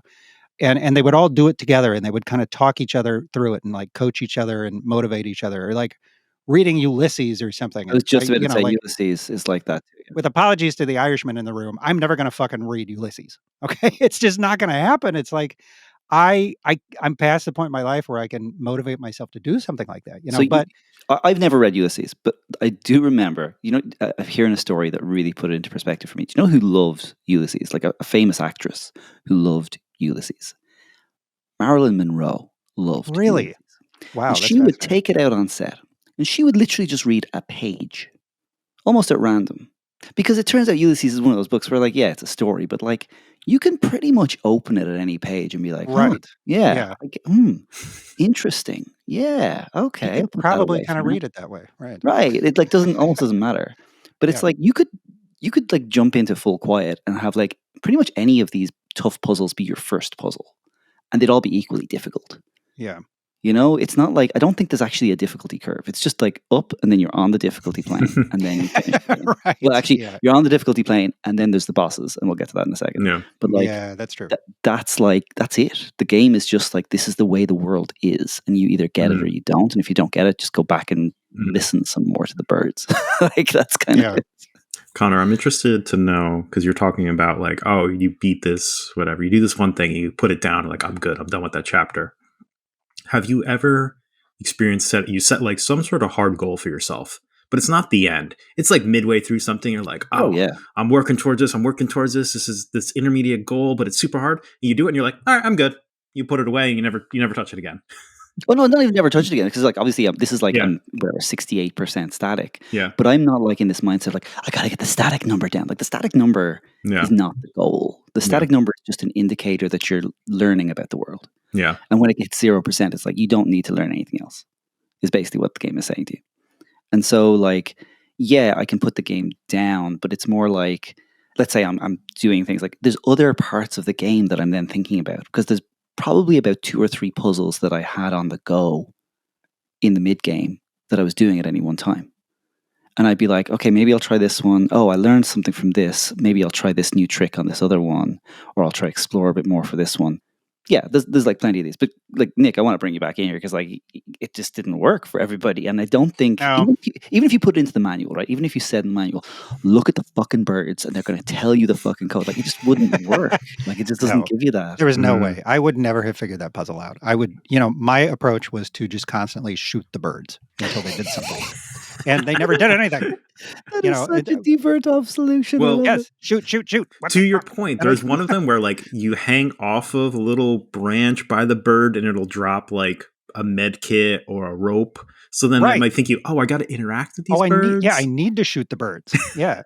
But what I think is needed is something that Dungeons and Doom Nights did, where they included a little strategy guide, almost like a Nintendo Power with the game.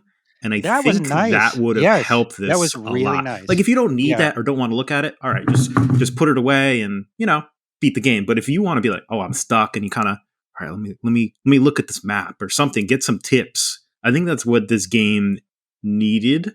That would be such a cool idea to have I an like issue that of Nintendo Power just for Full Quiet. This would have been the perfect game for Nintendo Power. Yes. Well, I actually like that idea a lot, but even further than that, if you take that further, you could have had that if it was an in-game insert, like with the game. It could have been from the characters that are in the game. Because one of the things that I think is not done enough in this, you have these characters that are alluded to in the world building, whatever, as being really rich, deep background, interesting characters. Their like persona picture in the chats and the transmissions is really detailed. Yeah. And it just so much of it never comes up. Yeah. So much of it is like, is this for the sequel? Like, is this literally for like world building for Full Quiet 2? Like, there's like the characters that build the equipment that you use are talking about the equipment, and they're like, yeah, I built it using this thing, and I'm working on this other thing. Like, there's a dive splash or a dive pool that one of them is working on. I'm like, what the fuck's that? I want to know. Like, and I would have loved to have heard more from those characters in game. Yeah. And if there was a booklet of like how to get around Full Quiet written by those characters, that would have been fucking awesome. Yeah. That would have been like, if they sold that today, I would buy it. I've finished the game. I don't need to know these clues. I'd buy that fucking booklet. Yeah.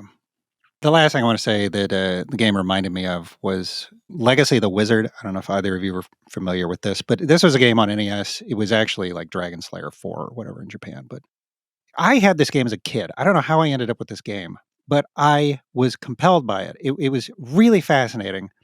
You start off and it's got this little family of people, and all the family has different powers. Like every single family member has a different power. You clearly have to use all the different powers of the family members to finish the game. And you walk out and you've got a nice little house and this cool castle in the background, and you walk over to the left side of the screen and you go into a dungeon. And the dungeon, this is a 2D action platformer game. And you wander through the dungeon, and every room has like a different color, and there's different enemies in there. And, you do pick up eventually, you're going to have to use the different family members to get to different parts of the dungeon. I played this game for like hours and hours, dozens of hours when I was a kid. I never got anywhere with it. I never got to the first boss. I didn't even know if there were bosses. I had no idea how to get through this game. But I kept playing it over and over again, thinking that at some point the solution was going to just emerge. I was going to figure the game out. I never did. And when I got older and I started collecting games, that's one I got. And it's on this shelf behind me. I have a box copy of Legacy of the Wizard. Here's the thing. When I was older, I started looking up this game again. I encourage anybody who is interested in NES games, if you are not familiar with this game, Google map Legacy of the Wizard, okay? Because you have to look at this fucking map. When I got older and I was an adult and I pulled this thing up, I realized I had no idea as a kid just how fucked I was. Because this is the most unbelievable dungeon map I've ever seen. It is crazy. It is huge. It is an absolute beast of a map. I had no idea how screwed I was from the start. I did not even scratch the surface of this game. I put dozens of hours into it. I had no idea what I was doing. That's how I felt playing Full Quiet. After I got through that first section, maybe myself, I got to that first cabin and I felt like I had really achieved something, right? And then I went into the Discord. I just started skimming the comments and I started seeing everything people were talking about. And I got that same feeling of, oh my God, this game is massive. And here I felt like I achieved something. I had not even scratched the surface of the game. It was the tip of the iceberg. And underneath the water is this massive fucking iceberg. It filled me not with a sense of excitement. It filled me with a sense of dread. I was like, if this was that hard just to open that first cabin, there's no fucking way. There's no fucking way. Do you think if you played along with like a full walkthrough, step by step, Yes, if that would have equaled enjoyment for you or not? I mean, I kind of did. Like at a certain point, I was just like, I'm not going to figure these puzzles out. So yeah, I was maybe a quarter of the way through the game and I just started pulling up all the resources I could off the Discord. I did not find it enjoyable. I found it just really tedious. I found the game interesting, but very tedious. It was actually a lot like reading Dostoevsky. So yeah, Full Quiet is, I would say, the brothers Karamazov of NES Homebrew. Retrotainment, if you're listening, please put that on the box. Feel free to pull that quote. You can have it. Yeah.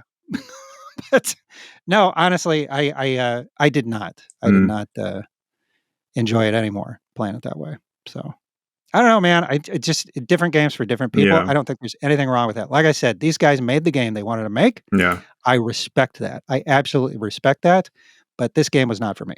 Besides the bosses and the color codes, I had some minor frustrations, but the rest of them are not that big of a deal. Like, I wish that there wasn't really such a low limit on the amount of ropes you could carry in the beginning of the game. Yeah. I didn't see that as them, because there was an area, I think, in the Craigs that if you could carry like 3 or 4 ropes, you could kind of make a shortcut, but it wasn't really like blocking the game off from progression. I wish you could just carry all the ropes to do it. And I really wish there was an in-game map for the caves, in the cave sections and the cliffs. Like, you have no idea where you're going. Mm. Yeah, I did not like the idea that I couldn't get back to the plateau. It really freaked me out because I was like, I knew there was stuff I was supposed to do there, but I just kept going forward thinking, I was like, well, obviously I can get back here anytime I want, but I could not. Yeah. That stopped me on my first playthrough for sure. That particular thing. And then in the second playthrough, when I was actually on the Analog Pocket, I just kind of leaned into it. And then I was like, okay, I get it now. But you're right. It's like, if you can't go back.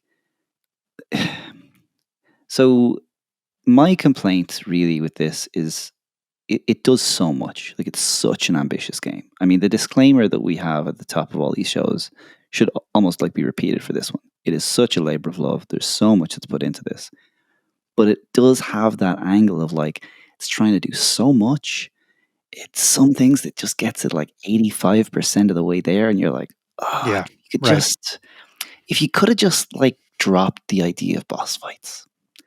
Or just like... it really didn't need just it. not even put it in. Like, it's like, it's totally cool. You just make it like a story point. I'd be like, that's fine. that does not remove anything in the game for me. And in fact, if I had to play this without save states, I probably would have quit. I probably would have stopped at the bosses, and I probably would have gone, wow, this is not the game I was playing. I was playing this game where I was like exploring puzzles and doing things in this kind of like general way. And there's like, okay, there's like combat, but like it's pretty straightforward compared to these boss fights, you know? Yeah, right. So I would not have finished the game. I'm pretty sure I would not have finished the game without save states. And it's just because of those boss fights. I will say, I think the boss fights assume that you have mastered the controls by that point. I would go Which, much if you further than were, that. I would say it's because you can master the controls for like jumping to like activate switches. This is like mastering controls to pixel perfect platform jumping. yeah, Which is like, no, that's not why I'm here, guys. Like I'm not here to prove that I can jump onto a platform exactly at this time when the massive monster is about to jump and kill me. I just want to know that there was a big fight. And then after the fight, after you kill this final boss, it's like, oh, your son has been here all along. I'm like, what? No, just fuck the bosses. Why wasn't I talking to my son more? Like this was the thing that I was playing the game for. I didn't yeah. want to play those Now that you say bosses. that, so I do want to say, I think the story is honestly a little weak. You know, I expected more out of the story. I expected this because I did not find the story to be a motivator. That's it. It's because they're trying to do amazing graphics and incredible inventory system that works with a puzzle structure that is like non-linear and you can complete in multiple different ways. And there's cardinal directions and there's amazing music. And then there's boss fights. And you're like, dude, if you had just dropped the boss fights and given me literally just 20 pages of dialogue instead, I'd have been like, yes, that is exactly what I was looking for. Honestly, I could have just taken a book instead of that because it took me out of that feeling. Doing those boss fights actually was counterproductive to me feeling like I was in that world because I was like, oh, I'm playing Mega Man now.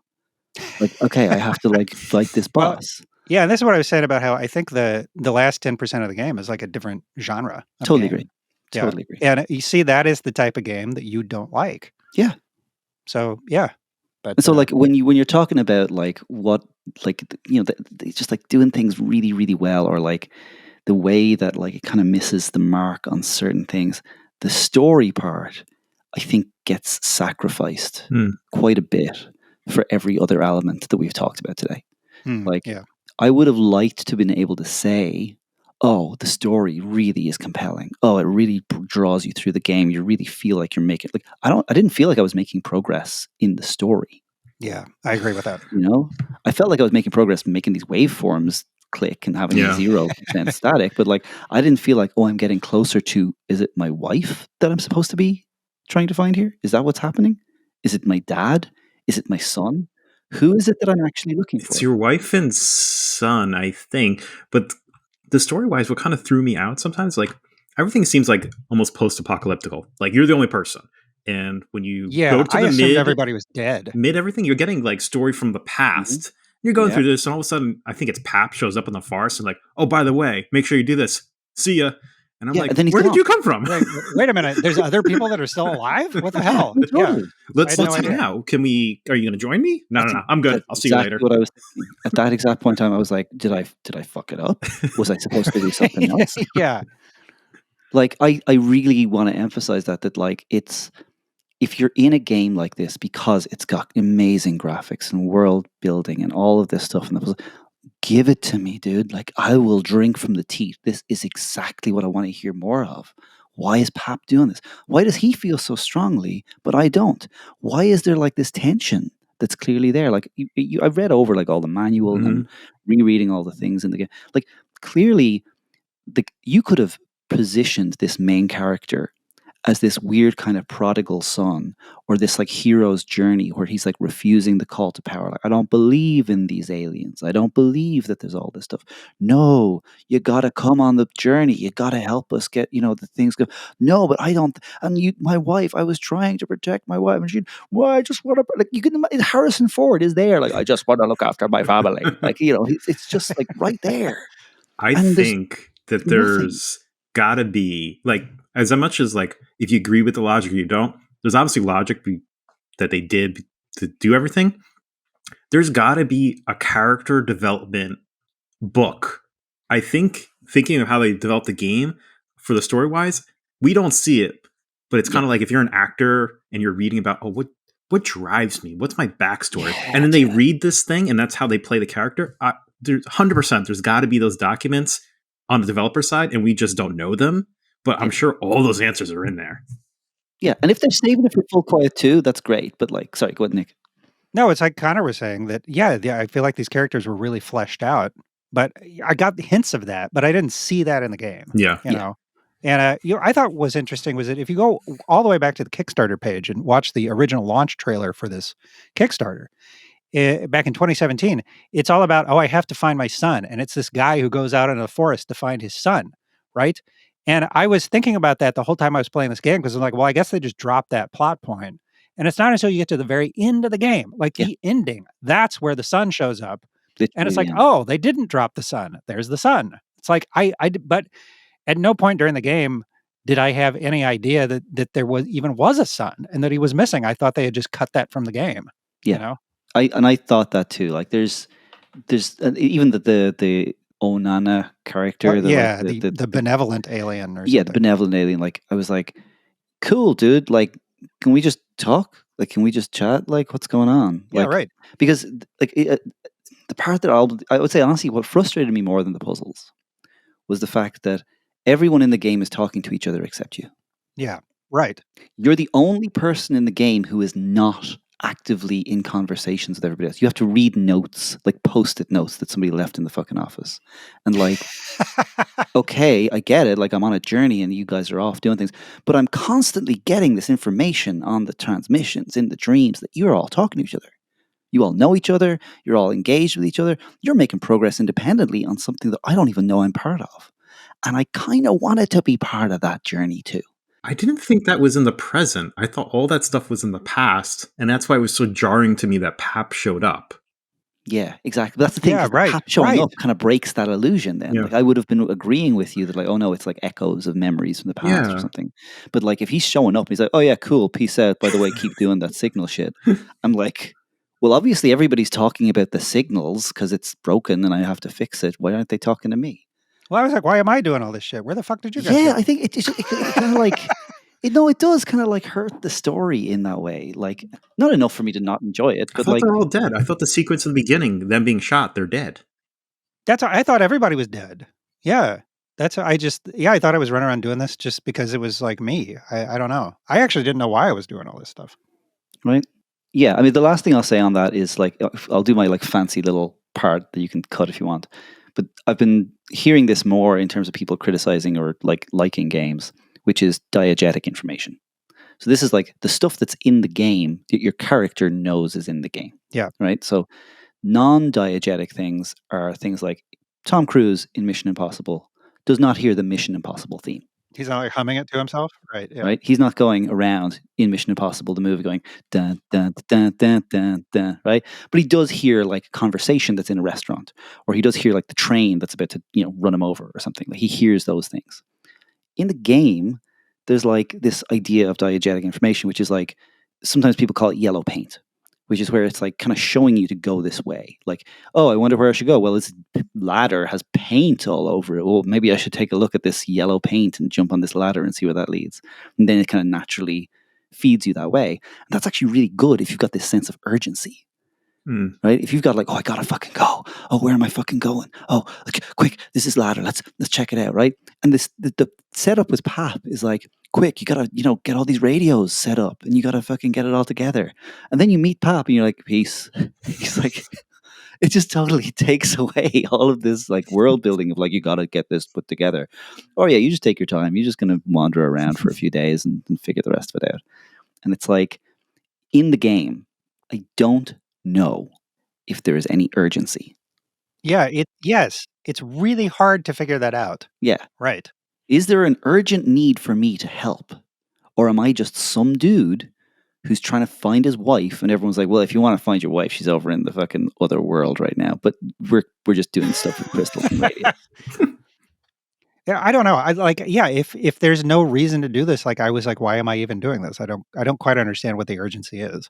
Yeah. But you're talking about diegetic information, and I mean, I wasn't going to bring this up because I thought it was nitpicky, but I mean, like some of the puzzles don't make sense just in the terms of how the world is supposed to work. Like, if they're setting all these like keys and puzzles up to get into the access different areas because they don't want the monsters to get in there, like what the hell does the color code have to do with anything? Like who made the birds go sit in the field and tweet out Morse code? Right, but that's it. I would have read 2 pages that was like, the aliens are colorblind.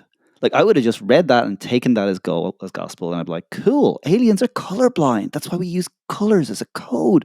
Okay. Makes sense, I would have been like, I would accept that. I would accept that. but like, I had to make that up in my own goddamn head to Your justify. headcanon, right? It's your full quiet headcanon. Yeah, right. to justify the like 17 palette changes that had to take place for me to solve a puzzle. Yeah. Okay. Great. Overthinking video games. That's what we do at the Homebrew Game Club.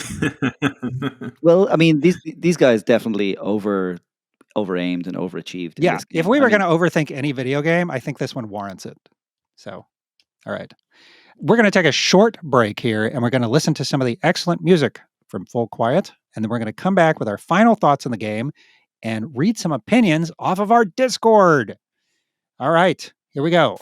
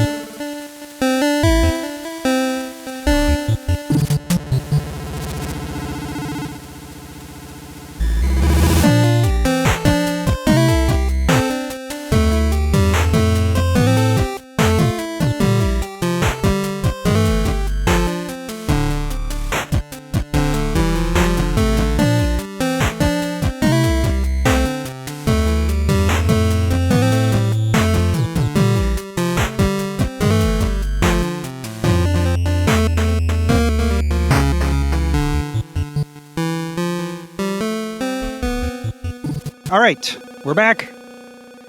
Final thoughts on Full Quiet. Anybody have any final thoughts they want to put out there before we wrap it up? I'm going to put in my final thoughts, and then I'm going to leave it to our esteemed guest to add and augment. Flawed masterpiece. If I had to put it in 2 words, it's an incredible game. The amount of work that's gone into this is obvious. It's rewritten the rulebook on what you can do with the NES in so many ways, graphically, in terms of gameplay, in terms of even controls and things like this. I think it's really innovative. It's doing things that really push the NES beyond its limits. If this came out when the NES was an active console, it would be in the top 10 of the canon. You would have to play this game to say, I'm a NES fan, like I like the NES console. It is unique in ways that defy categorization. We spent 10 minutes at the top of this episode just trying to discuss what genre is it, and it's impossible. I would love to have called this a walkie-talkie or another kind of like simple breakdown. It just defies convention in so many ways, and the influences are as broad as like Metroid and Zelda games all the way through to like Abe's Odyssey or Monkey Island, or things that are just like maybe even really weird, like Metal Gear Solid, like this kind of like weird elements that kind of all come together. I love this game. It's not a perfect game, but I loved playing this game. The feeling I got when I was in the middle of the game, when I was at like 52% static, and I was exploring this world, and I was in the mindset of this guy who was trying to figure out how to understand the world he's been dropped into, was unlike any other game I've played, homebrew or otherwise. It's a unique experience, and I really recommend everyone takes a chance on it. Yeah. Chris, you got anything? Yeah, I agree with that. The flawed masterpiece is kind of, it hits it right where it's at, because it's like the things it does really well, it excels at, so much so that you overlook the things that it's flawed in. almost to the point where you're like, oh, full quiet, and that one bit, that the thing that it was kind of flawed, and you're like, that's charming in its own right, because I've been bought into everything else. I'm willing to be like, yeah, it's a little quirk. It's its thing. I like it. You're like chip committed. You're like, yeah, the aliens are colorblind, dude. Get with it. Come on, it's fine. Pappy showing up in the middle of it. Yeah, I'm good with that. Yeah, he's cool. You don't like Pappy? What's your problem, dude? Come Pappy. Yeah, good old Paps. Yeah. But yeah, that's what I think. If anything we discussed and like you think you could possibly like this, yeah, give it a try, because there's a likelihood that you're going to love it, and it's not going to be like anything else you've ever played before, and it might rank into there, something you kind of think back of and like really like, and you'll probably keep playing it over the years. I could see myself pulling this out every couple of years once my kind of memories fade about it, like these little things about it, and just replay it. Yeah. The atmosphere it just really excels at, and that's kind of the best point of it to me. And that's kind of why every few years I'll go back and play The Incident, even though it's like it's just a puzzle game, but like it just draws you in so much, unlike other games, that you really have this, you want to play it and you want to experience all those kind of emotions and feelings again. Well, I agree with all of that. Flawed masterpiece. And I've already said, I think people can by this point figure out how I feel about the game. I think it's not for everybody, but I do think it's a fantastic game, and I think it's worth checking out. The last thing I want to say, my favorite single aspect of this game was that it sparked so much conversation on our Discord channel and the speedrunning Discord channel, and just this idea of a community of people playing a game together, which I think is one of the things that we try to do with this podcast is, hey, let's actually play these games. Let's get them out. If you got something on your shelf, dust it off, pop it in, and let's play through this together. Yep. And the Discord just absolutely lit up with this kind of discussion, and I loved it.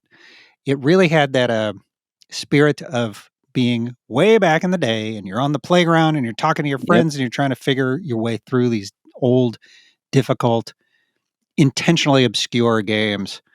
And I really appreciated that aspect. I think a lot of people, including myself, would not have finished this game without that community. It reminded me of Jeremy Parrish from Retronauts, I believe was the one talking about there was a whole genre of these games back in the 80s, especially for like Famicom. So a game called Tower of Druaga, which never came to the US, but it's very famous, very well known in Japan. And it was one of these things where to get through every single level, you had to figure out some kind of secret. You'd go around a little maze, and there was always like some weird thing you had to do at every single level to get to the next level.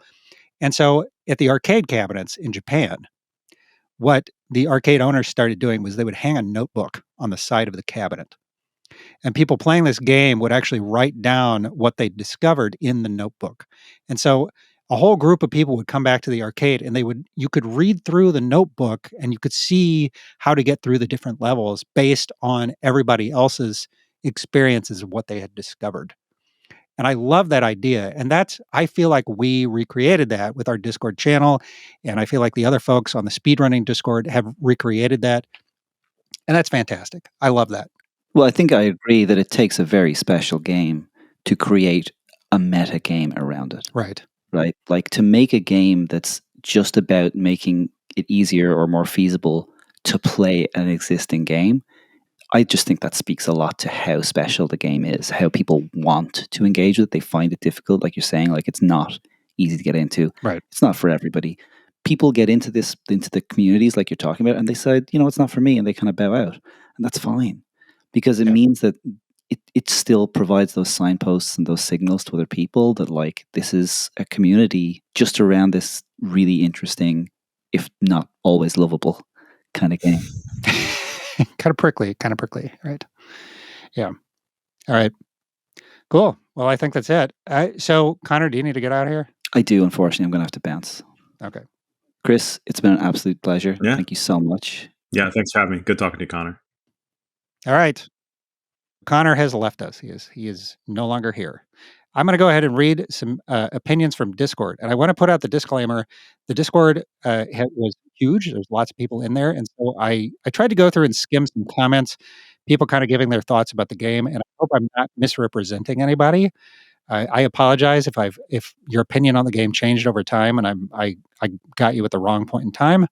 or if I missed your opinion, if I did not go back perhaps far enough, I apologize for skipping over your opinion here, but I wanted to get kind of a range of opinions.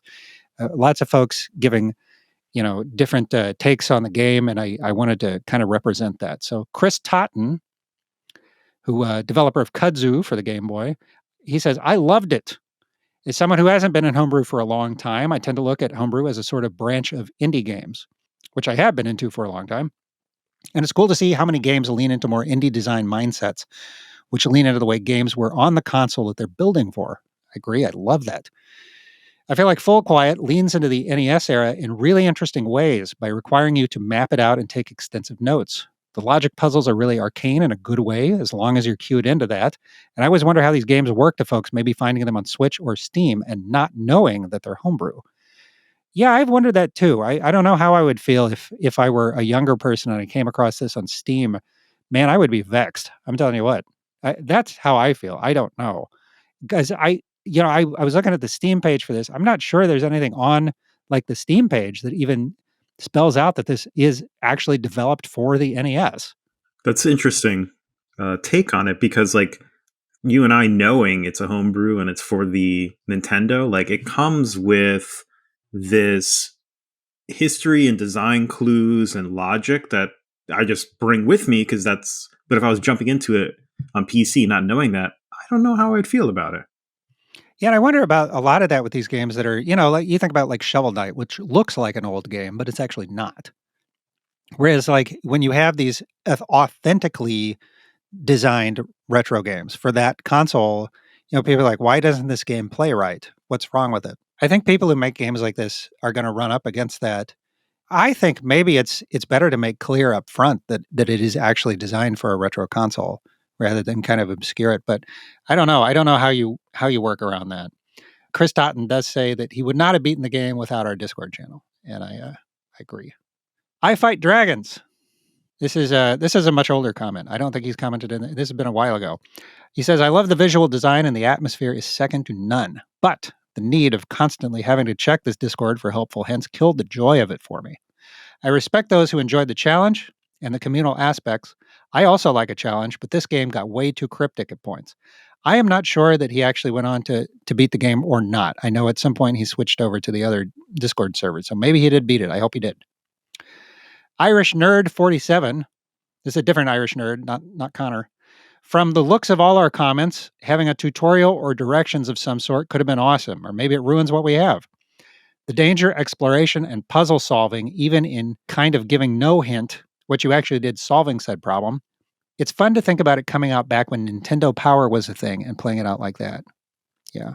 As I said, I think that Nintendo Power issue about this would have been a classic. Would have loved to see that. Treed says, this game is tied for Lizard with me in terms of best homebrew. It's hard to say which is better. Certainly among the top all time across the NES library as well. Hammered really well on a lot of what I love about games in terms of exploration in a way that NES games rarely did well for me. Raftronaut had a lot of opinions about this. There are so many nice things I could say about it. The music, he talks about the graphics, especially the parallax scrolling. But he had trouble telling what was a platform and what was part of the background. His concerns about the platforming aspect. He says the puzzles and gameplay, on the other hand, I have so many problems with that I don't even know where to begin. He says, I didn't enjoy ever not knowing what I was doing, and that became so frustrating that he had to stop playing. Now, he is a huge fan of Lizard as well, which he says, Lizard fills me with delight, and it doesn't murder me if I take too long getting somewhere. Yeah, see, I had that issue too with the time limit. Man, I was just so anxious I couldn't enjoy myself. I don't know quite how to articulate the difference between those games because it's clear that they have lots of similarities. I never had an aha moment in Full Quiet. When I could finally figure something out, my reaction would instead be kind of irritable. Nathan Tolbert. Nathan was actually a tester on this game. So he played earlier versions. In fact, one thing that he said that stood out to me, he said that an earlier build of the game, you had to have a fuse. When you got to a new camp, you had to have a fuse just to save the game, which is why when you open up the supply box, it says save and there's a little fuse there. And he was able to convince the developers, you can't do that to people. That's just too mean. Man, I'm telling you what, that right there just says the kind of mindset to me, like going into full quiet. Oh my I God. felt that way about Resident Evil with the ribbons to save on the Yes. typewriter. I'm like, this why? And then like you Why? just never save because you're like, I gotta conserve this ribbon. It's so mean. Why do you do that? I don't understand it. I don't get it. All right. He says the way I describe it, I talked about this quote earlier in the podcast. The way I describe it was a point and click puzzle adventure that's pretending to be a Metroidvania, which I think to me just completely sums up this game. I never felt a sense of reward ever. That's what he says. Evil Elf. Evil Elf was eventually one of the creators of the speedrunning Discord server. So Evil Elf said, not too often do you get a new NES game that is this deep and enjoyable to work your way through. Big fan of this game. E.C. Myers, who unfortunately did not have time to play along with us, but he did pick his way through it a little bit. He says, I don't think this sort of video game is for everyone, and not every game should be. I feel like the main audience for this game is contemporary gamers, but that doesn't necessarily mean it will appeal to people who enjoy NES games. I think one of the best licensed era comparisons I have for this right now is Blaster Master, which is a brilliant game that I don't always like to play because it can be incredibly frustrating and honestly unfairly demanding in a way that makes it ultimately not very fun. Yeah, that can kind of be a good comparison. Yeah. I never really got into Blastmaster as it was released on the NES, but I played the remake of it, Blastmaster Zero, which I really enjoyed, which made a lot of quality life improvements. So that's true. And a lot of people enjoy the sequels to that game better than the original one. I like the original one the best because it feels more constrained like the original NES game. But yeah, you're right. It makes so many quality of life improvements that it makes the game playable. I strongly endorse that one, Blaster Master Zero. It's a lot of fun. All right, full quiet, everybody. This one is in the can. Where do you get this game? You can get it on Steam, Nintendo eShop, or Xbox. You get a physical copy at retrotainmentgames.com. And the physical copies look fantastic. Just going to say. We usually talk about news here. I did not write anything down. We have been talking for long enough, so I'm going to skip this one. I apologize if your Kickstarter is out there and I'm not talking about it or you got news.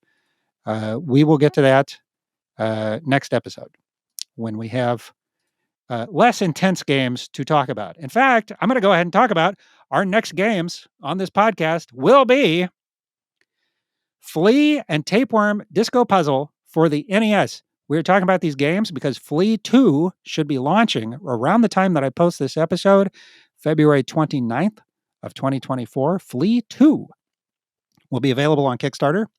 You can get Flea and Tapeworm Disco Puzzle on itch. Both downloads contain the NES ROM, the Dreamcast version, and the Windows PC versions. you can also play Tapeworm on the Playdate. Yes, Tapeworm is on the Playdate. If you have a Playdate, there's a version available on that. Now, I don't know how I could possibly play that. Is there like an emulator for Playdate? Do you know? There is. I'm not sure if it's open to the public or not, but you can get onto. I remember if you wanted to build games for it, they have like a web emulator, I think. Okay. So I'm pretty sure you can play it on their website. Yeah. Okay. Yeah. Right. All right. Well, I'm going to try to dig that up. I would like to play that because I have the I have the Dreamcast and NES versions. That's cool. I got to check that out. Both of these games are available individually on Steam. You can get physical cartridges at lowtech.games, or you can get both games available together as the Parasite Pack. So it's a Parasite Pack. I think it's like $10. You can get it on the Nintendo eShop, get it on the PlayStation Shop, or the Xbox. Flea and Tapeworm Disco Puzzle. We're looking forward to playing those next time. All right. Going to read our outro script here. Thank you to Chris, Deadeye, for being with us today. I really appreciate having a guest host. I hope to do this again sometime. Chris, do you have anywhere where people can go online and maybe get in touch with you or see anything that you're working on? Sure. Yeah, you can find me on Video Game Sage under the name Deadeye. You can find me on Twitter as Deadeye_bit. And you can find me on Blue Sky as just Deadeye. You can also find me on a bunch of Discord channels. I'm on Video Game Stage. You can find me on the Homebrew Game Club Discord as well. And you'll periodically see me releasing calendars and also playtesting games. Some of the things you can look up some of my back catalog of podcast episodes or video interviews with developers, Homebrewers in Focus. It's on podcast platforms or on YouTube. Yeah, I'm not doing anything new, but there's some historical ones there. Yeah, great. Well, I think your Homebrews in Focus, especially because you talk about a lot of the games that we talked about. Mm-hmm. And in fact, I went back to your stuff and used it as a resource when I was doing research on some of the games that we've talked about. Yeah, I think I did Lizard, Cowlitz, Gamer's Adventure, Matt Huson's game, Witch and Whiz. Yeah, Alfonso's Arctic Adventure, I think. Yep.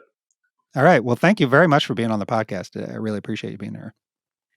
This has been the Homebrew Game Club podcast. You can find links to our Discord, previous episodes of the show, or other social media links at homebrewgameclub.com. And you can look for us on your social media app of choice at HB Game Club. If you like the show, please help us out by leaving us a review on Apple Podcasts or Spotify, or I guess Amazon Music now. I got to add that. Or Audible, or by telling all of your retro gaming friends about our podcast. If you have comments or a suggestion for a game that you would like to hear us talk about, shoot us a message on social media or email us at homebrewgameclub@gmail.com. Our opening music is by Twee. You can find him on X at TUI2A03, where you can also find a link to his SoundCloud. Our outro music is by Raftronaut. You can find his itch developer page at raftronaut.itch.io. You can find me, Nick, on your favorite social media apps as dvertov. That's DVERTOV. Bart is on Instagram as clever username needed, no spaces, and Connor is on various social media as CONORNASH, also no spaces. Tune in next time to the Homebrew Game Club when we will be talking about Flea and Tapeworm Disco Puzzle. Thank you for listening.